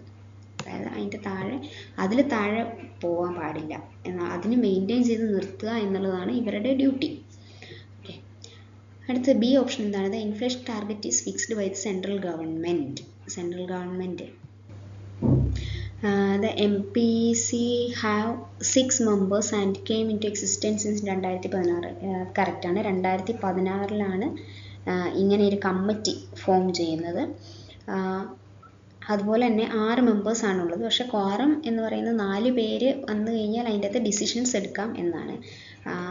പിന്നെ 4 വർഷത്തിൽ വർഷത്തിൽ 4 പ്രാവശ്യമെങ്കിലും മിനിമം കൂടിയിരിക്കണം. ഇനി ഇതിൻ്റെ അകത്ത് 6 മെമ്പേഴ്സ് എന്ന് പറയുന്നത് ഒരാൾ ഗവർണറാണ്, ഒരാൾ deputy governor in charge on monetary പോളിസിയാണ്, പിന്നെ ഒരാൾ RBI നോമിനേറ്റ് ചെയ്യുന്ന ഒരു ഒഫീഷ്യൽ ഉണ്ടാവും. 3 പേരായി. ബാക്കി 3 പേരെന്ന് പറയുന്നത് ഗവൺമെൻറ് റെപ്രസെൻറ്റ് ചെയ്യുന്ന ആൾക്കാരായിരിക്കും. ഗവൺമെൻറ് ഓഫ് ഇന്ത്യനെ റെപ്രസെൻറ്റ് ചെയ്തിട്ടുള്ള 3 പേരായിരിക്കും. അങ്ങനെ 6 പേരായിരിക്കും ടോട്ടലായിട്ട് ഈ കമ്മിറ്റിയിലുള്ളത്. എന്നാൽ ക്വാറം എന്ന് പറയുന്നത് 4 പേരാണ്. 4 പേര് തികഞ്ഞു കഴിഞ്ഞാൽ കമ്മിറ്റി കൂടാം. ഇനി 4ാമത്തെ option, the MPC is required to meet at least 4 times in a year. അതും കറക്റ്റാണ്. അറ്റ്ലീസ്റ്റ് വർഷത്തിൽ 4 പ്രാവശ്യമെങ്കിലും കൂടണം. അതുപോലെ തന്നെ 2016 മെയ്യിലാണ് RBI ആക്ട് 1934 പ്രകാരം വന്നത്, ഈ MPC വരുന്നത്. അടുത്ത question, banking ombudsman is appointed by RBI ആണ്. അതായത് RBI അപ്പോയിൻറ്റ് ചെയ്യുന്ന ഒരു, അതായത് ബാങ്കുമായിട്ട് ബന്ധപ്പെട്ട കംപ്ലൈൻറ്റ്, ബാങ്കിങ് സർവീസുമായി ബന്ധപ്പെട്ട് കസ്റ്റമേഴ്സിൻ്റെ കംപ്ലൈൻറ്റ് സോൾവ് ചെയ്യാൻ വേണ്ടിയിട്ടുള്ള കസ്റ്റമർ കെയർ ഉണ്ട്. പക്ഷേ എൻറ്റയർ ബാങ്കുമായിട്ട് ബന്ധപ്പെട്ടിട്ടുള്ള ഇത് റിസോൾവ് ചെയ്യാനുള്ള RBI ഏർപ്പെടുത്തിയിട്ടുള്ള ഒരു അതോറിറ്റിയാണ്, ക്വാസി ജുഡീഷ്യൽ അതോറിറ്റിയാണ് ഈ ഓംബുഡ്സ്മാൻ എന്ന് പറയുന്നത്. ഓംബുഡ്സ്മാന് കംപ്ലൈൻറ്റ് ഹാൻഡിൽ ചെയ്യുക, അതുപോലെ തന്നെ അതിൻ്റെ ആ പ്രോസസ് കോമ്പൻസേഷനൊക്കെ മേടിച്ചു കൊടുക്കുന്നതൊക്കെ ഈ ഓംബുഡ്സ്മാൻ ആയിരിക്കും. അടുത്ത question, the banking ombudsman scheme was first introduced in India in 1995 ആദ്യമായിട്ട് ബാങ്കിങ് ഓംബുഡ്സ്മാൻ സ്കീം ഇന്ത്യയിൽ ഇൻട്രൊഡ്യൂസ് ചെയ്യുന്നത്. അത് റിവൈസ് ചെയ്തതാണ് 2002 അത് റിവൈസ് ചെയ്യുന്നു. ഇപ്പോൾ നിലവിലുള്ള സ്കീം ജനുവരി 1, 2006 മുതലാണ് പുതിയ സ്കീം വന്നത്. അതിന് പ്രകാരമാണ് ബാങ്കിങ് ഓംബുഡ്സ്മാൻ ഒരു ക്വാസി ജുഡീഷ്യൽ അതോറിറ്റി ആയിട്ട് മാറുന്നത്. ഒന്നുകൂടെ പറയാം, 1995 ബാങ്കിങ് ഓംബുഡ്സ്മാൻ ഫസ്റ്റ് ഇന്ത്യയിൽ ഇൻട്രൊഡ്യൂസ് ചെയ്യുന്നത്. അത് 2002 റിവൈസ് ചെയ്യുന്നു. ഇപ്പോൾ ഓപ്പറേറ്റ് ചെയ്യുന്നത് 2006 ജനുവരി 1 പ്രകാരമുള്ള ബാങ്കിങ് ഓംബുഡ്സ്മാൻ സ്കീം പ്രകാരമാണ്. അടുത്ത question, who will settle the grievances of customers of banks? Banking ombudsman ആണ് അതുമായിട്ട് ബന്ധപ്പെട്ട കംപ്ലൈൻറ്റ്സ് ഒക്കെ കൈകാര്യം ചെയ്യുന്നത്. അടുത്ത question, the integrated ombudsman scheme 2021 cover all previous ombudsman schemes except. ഈ ഇൻറ്റഗ്രേറ്റഡ് ഓംബുഡ്സ്മാൻ സ്കീം 2021 എന്താണെന്ന് നോക്കാം. അതായത് ഈ ഇൻറ്റഗ്രേറ്റഡ് ഓംബുഡ്സ്മാൻ സ്കീം 2021 ഫോം ചെയ്യുന്നത് തന്നെ 3 RBIയുടെ ഓംബുഡ്സ്മാൻ സ്കീംസിനെ കമ്പൈൻ ചെയ്തിട്ടുള്ളതാണ്. 3 എണ്ണമാണ് കമ്പൈൻ ചെയ്തിട്ടുള്ളത്. ഒന്ന്, ദ ബാങ്കിങ് ഓംബുഡ്സ്മാൻ സ്കീം 2006, രണ്ടാമത്തത് ombudsman scheme for non banking financial companies 2018, മൂന്നാമത് ombudsman scheme for digital transactions 2019. ഇതിനെ 3നെയും കൂടെ കമ്പൈൻ ചെയ്തിട്ടാണ് 2021 നവംബറിൽ ഇൻറ്റഗ്രേറ്റഡ് സ്കീം എന്ന് പറയുന്ന ഓംബുഡ്സ്മാൻ സ്കീം എന്ന് പറയുന്ന ഒരു സിംഗിൾ പ്ലാറ്റ്ഫോം അത് തുടങ്ങിയത്. ഒന്നോടെ പറയാം, 3 ഓംബുഡ്സ്മാൻ സ്കീമാണ് ക്ലബ് ചെയ്തത്. ഒന്ന് ബാങ്കിങ് ഓംബുഡ്സ്മാൻ സ്കീം 2006, 2 NBFCക്കുള്ള ഓംബുഡ്സ്മാൻ സ്കീം 2018, മൂന്നാമത് ഡിജിറ്റൽ ട്രാൻസാക്ഷൻസിന് വേണ്ടിയിട്ടുള്ള ഓംബുഡ്സ്മാൻ സ്കീം 2019. ഇത് 3 മാത്രമാണ് ക്ലബ് ചെയ്തിട്ടുള്ളൂ എന്ന് ഓർത്തിരിക്കുക. 2021 ഫോം ചെയ്തത്, ക്ലബ് ചെയ്തത്. അപ്പം ഇതിൽ ക്വസ്റ്റ്യൻ ഏതൊക്കെയാണ് ഓംബുഡ്സ്മാൻ സ്കീമിലുള്ളത്, എക്സെപ്റ്റ് ഇല്ലാത്തത് ഏതാണെന്നാണ് ചോദിച്ചിരിക്കുന്നത്. ഒന്നാമത്തെ ഓപ്ഷൻ ബാങ്കിങ് ഓംബുഡ്സ്മാൻ സ്കീം 2006 കറക്റ്റാണ്, അതുണ്ട്. Ombudsman scheme for non banking financial companies 2018 അതുമുണ്ട്. പിന്നെ മൂന്നാമത്തെ the ombudsman scheme for digital transactions 2019, അത് 3ആണ്. ഇല്ലാത്തത് ഏതാണ്? Ombudsman scheme for foreign banks എന്ന് പറയുന്നത് ഇല്ല, ക്ലബ് ചെയ്തിട്ടില്ല. അടുത്ത question, which of the following statements are correct എന്നുള്ളതാണ്. ഇത് ആ ഇൻ്റഗ്രേറ്റഡ് ഓംബുഡ്സ്മാൻ സ്കീം 2021 ബേസ് ചെയ്തിട്ടുള്ളതാണ്. അപ്പോൾ ഒന്നാമത്തെ option, the RBI introduced an integrated ombudsman scheme in 2021, correct ആണ്. രണ്ടാമത്തെ option, the integrated ombudsman scheme covers small financial banks, payment banks and regional rural banks, correct ആണ്. ഇത് എല്ലാ commercial banks including all commercial banks including public sector banks, private sector banks, foreign banks, local area banks, small financial banks, payment banks, regional rural banks, scheduled primary urban cooperative banks and non scheduled primary urban cooperative banks with deposit size of 50 crore and above എന്നാണ് പറഞ്ഞിരിക്കുന്നത്. അതുപോലെ തന്നെ NBFCs registered വിത്ത് RBIയുമായിട്ട് register ചെയ്തിട്ടുള്ള non banking financial കമ്പനീസിനും കൊടുക്കാം. അതായത് excluding housing finance കമ്പനീസിന് ഇത് ബാധകമല്ല, ombudsman ഉണ്ടാവില്ല. ഹൗസിംഗ് ഫിനാൻസ് കമ്പനീസ് ഒഴികെയുള്ള NBFCsന് ഡെപ്പോസിറ്റ് ആക്സെപ്റ്റ് ചെയ്യുന്നവർക്ക്, അതായത് customer interface with an asset size of 100 crore and above ആണ് അവരുടെ അസറ്റ് സൈസ് പറഞ്ഞിരിക്കുന്നത്. അപ്പം അവർക്കും എന്താണ് ഈ ഫെസിലിറ്റി ഉണ്ട്. അതുപോലെ തന്നെ മൂന്നാമത്തെ option, the complaint must initially approach the bank and file a complaint, otherwise the complaint directly filed with the ombudsman would be non-maintainable. ഈ 2021 ഇൻ്റഗ്രേറ്റഡ് ഓംബുഡ്സ്മാൻ സ്കീമിൽ ഒരു നോൺ മെയിൻറ്റെയിനബിൾ എന്ന് പറഞ്ഞിട്ട് ഒരു സംഭവം തന്നെ പറഞ്ഞിട്ടുണ്ട്. ഏതൊക്കെ ടൈപ്പ് ഓഫ് കംപ്ലൈൻറ്റ്സ് ആണ് നോൺ മെയിൻറ്റെയിനബിൾ കംപ്ലൈൻറ്റ്സിൽ പറഞ്ഞിരിക്കുന്നത്, അതിൻ്റെ കീഴിൽ വരുന്നത് എന്ന് പറഞ്ഞിട്ടുണ്ട്. അതിൽ ഡ്യൂ ടു വേരിയസ് റീസൺസ് ഒന്ന് പറയുന്നത്, complaints which are filed directly with the ombudsman without first being taken up with the RE concerned in writing എന്ന് പറഞ്ഞിട്ടുണ്ട്. രണ്ടാമത്, the complaints which have been lodged with the RE but a period of 30 days has not elapsed from such date of lodgement of the complaint with the RE except for complaints for which the complainant has received a reply from RE and is not satisfied with the reply. അതായത് നമ്മൾ ബാങ്കിനെതിരെ complaint ആദ്യം ബാങ്കിൽ complaint കൊടുത്തിട്ടില്ലെങ്കിൽ അത് non മെയിൻറ്റെയിനബിൾ കംപ്ലൈൻറ്റ്സിൻ്റെ കീഴിൽ വരുമെന്ന് പറയുന്നുണ്ട്. രണ്ടാമത്തെ കാര്യം, നമ്മൾ കംപ്ലൈൻറ്റ് കൊടുത്തു 30 ദിവസത്തിനകവും അതിന് റിപ്ലൈ ഒന്നും കിട്ടിയില്ല എങ്കിൽ അതും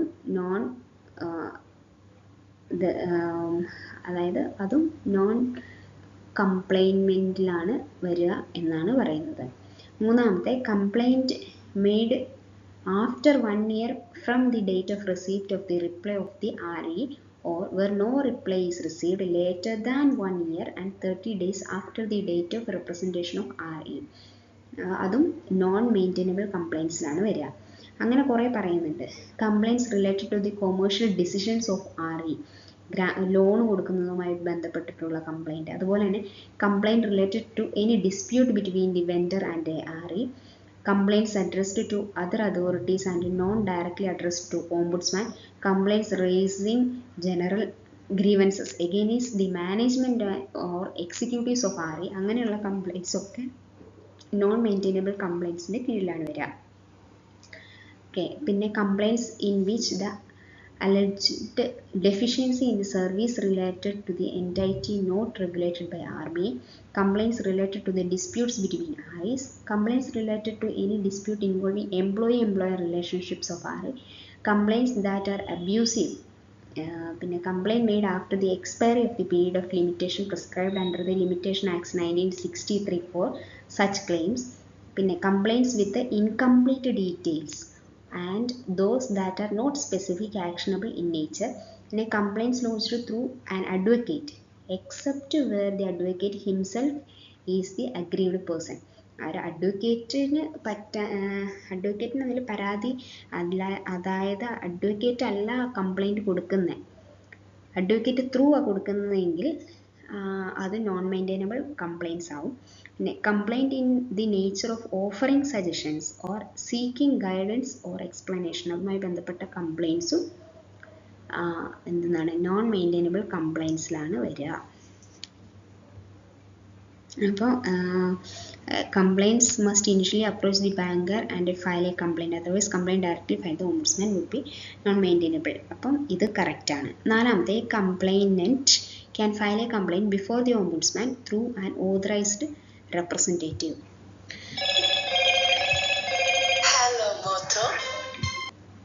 ഓംബുഡ്സ്മാന് കംപ്ലൈൻറ്റ് ഏതൊക്കെ രീതിയിൽ ഓംബുഡ്സ്മാന് കംപ്ലൈൻറ്റ് കൊടുക്കാം എന്ന് പറയുന്നുണ്ട്. ഒന്നെങ്കിൽ ഓൺലൈനായിട്ട് കംപ്ലൈൻറ്റ് കൊടുക്കാം, അല്ലെങ്കിൽ ഫിസിക്കൽ കംപ്ലൈൻറ്റ് ലെറ്ററായിട്ട് എഴുതി അയക്കാം, പോസ്റ്റലായിട്ട് അയക്കാം, അല്ലെങ്കിൽ ഫുൾ ഡീറ്റെയിൽസ് കംപ്ലൈൻറ്റിൻ്റെ ഫുൾ ഡീറ്റെയിൽസ് വെച്ചിട്ട് ഇമെയിലായിട്ട് അയക്കാം. ഓക്കെ, അതിൻ്റെ മിനിമം ഡീറ്റെയിൽസ് ഒക്കെ പറയുന്നുണ്ട്. Name, full postal address, branch office, അതായത് റിലേറ്റഡ് ബാങ്ക് അതുമായിട്ടുള്ള ഫുൾ ഡീറ്റെയിൽസ്, ഡേറ്റ്, അതിൻ്റെ ഡീറ്റെയിൽസ്, കംപ്ലീറ്റ് ഫാക്സ് എല്ലാം, credit card, debit card number, അങ്ങനെയുള്ള കാര്യങ്ങളൊക്കെ വേണം. പിന്നെ നേച്ചർ ഓഫ് ലോസ്, എങ്ങനെയാണ് extent of loss caused to the complaint, പിന്നെ ഡിക്ലറേഷൻ, അങ്ങനെയുള്ള സംഭവങ്ങളൊക്കെ പറയുന്നുണ്ട്. പിന്നെ ഇതിൻ്റെ അകത്ത് റെപ്രസെൻറ്റേറ്റീവിന് വഴി ഏതെങ്കിലും കംപ്ലൈൻറ്റ് കൊടുക്കാമോ എന്ന് ചോദിക്കുന്നുണ്ട്. Can a complaint be filed before RBI Ombudsman through a representative? Yes, a complaint can be filed through an authorized representative of the complainant other than through an advocate. Advocate വഴിയുള്ളത് non maintainable ആണെന്ന് പറഞ്ഞിട്ടുണ്ടായിരുന്നു. Advocate വഴി പറ്റത്തില്ല, പക്ഷേ representative വഴി അയക്കാമെന്നാണ് പറയുന്നത്. Such complaint should be submitted along with an authorisation in the form prescribed in the scheme. Name, address, mobile number, അവരുടെ ഡീറ്റെയിൽസ്, റെപ്രസെൻറ്റേറ്റീവിൻ്റെ ഡീറ്റെയിൽസും വെച്ചിട്ടുള്ളത് അയക്കാം. പിന്നെ RBI ഓംബുഡ്സ്മാന് കംപ്ലൈൻറ്റ് ഫയൽ ചെയ്യുന്നതിന് എന്തെങ്കിലും ചാർജോ ഫീയോ അടയ്ക്കേണ്ടതുണ്ടോ എന്ന് ചോദിക്കുന്നുണ്ട്. ഇല്ല, ഒരു പൈസയും അടയ്ക്കേണ്ട ആവശ്യമില്ല. അതുപോലെ തന്നെ എന്തെങ്കിലും മോണിറ്ററി ട്രാൻസാക്ഷൻ ലിമിറ്റ് ഒന്നുമില്ല ഈ കംപ്ലൈൻറ്റിൽ. ഇത്ര കോമ്പൻസേഷൻ അല്ലെങ്കിൽ ഇത്ര കംപ്ലൈൻറ്റ്, ഇത്ര എമൗണ്ടിനുള്ള കംപ്ലൈൻറ്റ് മാത്രമേ ഓംബുഡ്സ്മാൻ എടുക്കുകയുള്ളൂ, അങ്ങനെയും ഇല്ല. അതുപോലെ തന്നെ ഓംബുഡ്സ്മാൻ എന്തെങ്കിലും മീറ്റിംഗ് ഒക്കെ വെക്കുവാണ് എങ്കിൽ നമുക്ക് എവിടെ ഇരുന്ന് വേണേലും പാർട്ടിസിപ്പേറ്റ് ചെയ്യാൻ പറ്റും. അതുപോലെ തന്നെ ഓംബുഡ്സ്മാന് നമ്മൾ കംപ്ലൈൻറ്റ് കൊടുക്കുകയാണെങ്കിൽ അത് റിജക്റ്റ് ചെയ്യാനും പറ്റും. ക്ലോസ് 16 പ്രകാരമാണ് റിജക്റ്റ് ചെയ്യാൻ പറ്റുന്നത്. നോൺ മെയിൻറ്റെയിനബിൾ അങ്ങനത്തെ കുറച്ച് കാര്യങ്ങളൊക്കെ പറയുന്നുണ്ട്. കംപ്ലൈൻറ്റ് വിത്ഡ്രോ ചെയ്യാനുള്ള അവകാശമുണ്ട്. എപ്പോൾ വേണമെങ്കിലും വിത്ഡ്രോ ചെയ്യാനും പറ്റും. അതുപോലെ തന്നെ അപ്പീൽ പോകാനും പറ്റും. ഇത്രയുമാണ് ഓവറോൾ ആയിട്ട് ആ ഓംബുഡ്സ്മാൻ സ്കീം 2021 പറ്റി പറയാനുള്ളത്. ഇതോടെ RBI എന്ന ഒരു ടോപ്പിക്ക് ബാങ്കിങ്ങിൻ്റെ സെപ്പറേറ്റ് ആയിട്ട് വരുന്നുണ്ട്. RBIയുമായി ബന്ധപ്പെട്ടിട്ടുള്ള പ്രീവിയസ് ഇയർ ക്വസ്റ്റ്യൻസ് ആണ് ഇതിൽ ഡിസ്കസ് ചെയ്തത്. ബാക്കിയുള്ള വീഡിയോസ് വരുന്നതാണ്. അത് ലഭിക്കാനായിട്ട് ചാനൽ സബ്സ്ക്രൈബ് ചെയ്യുക. Thank you.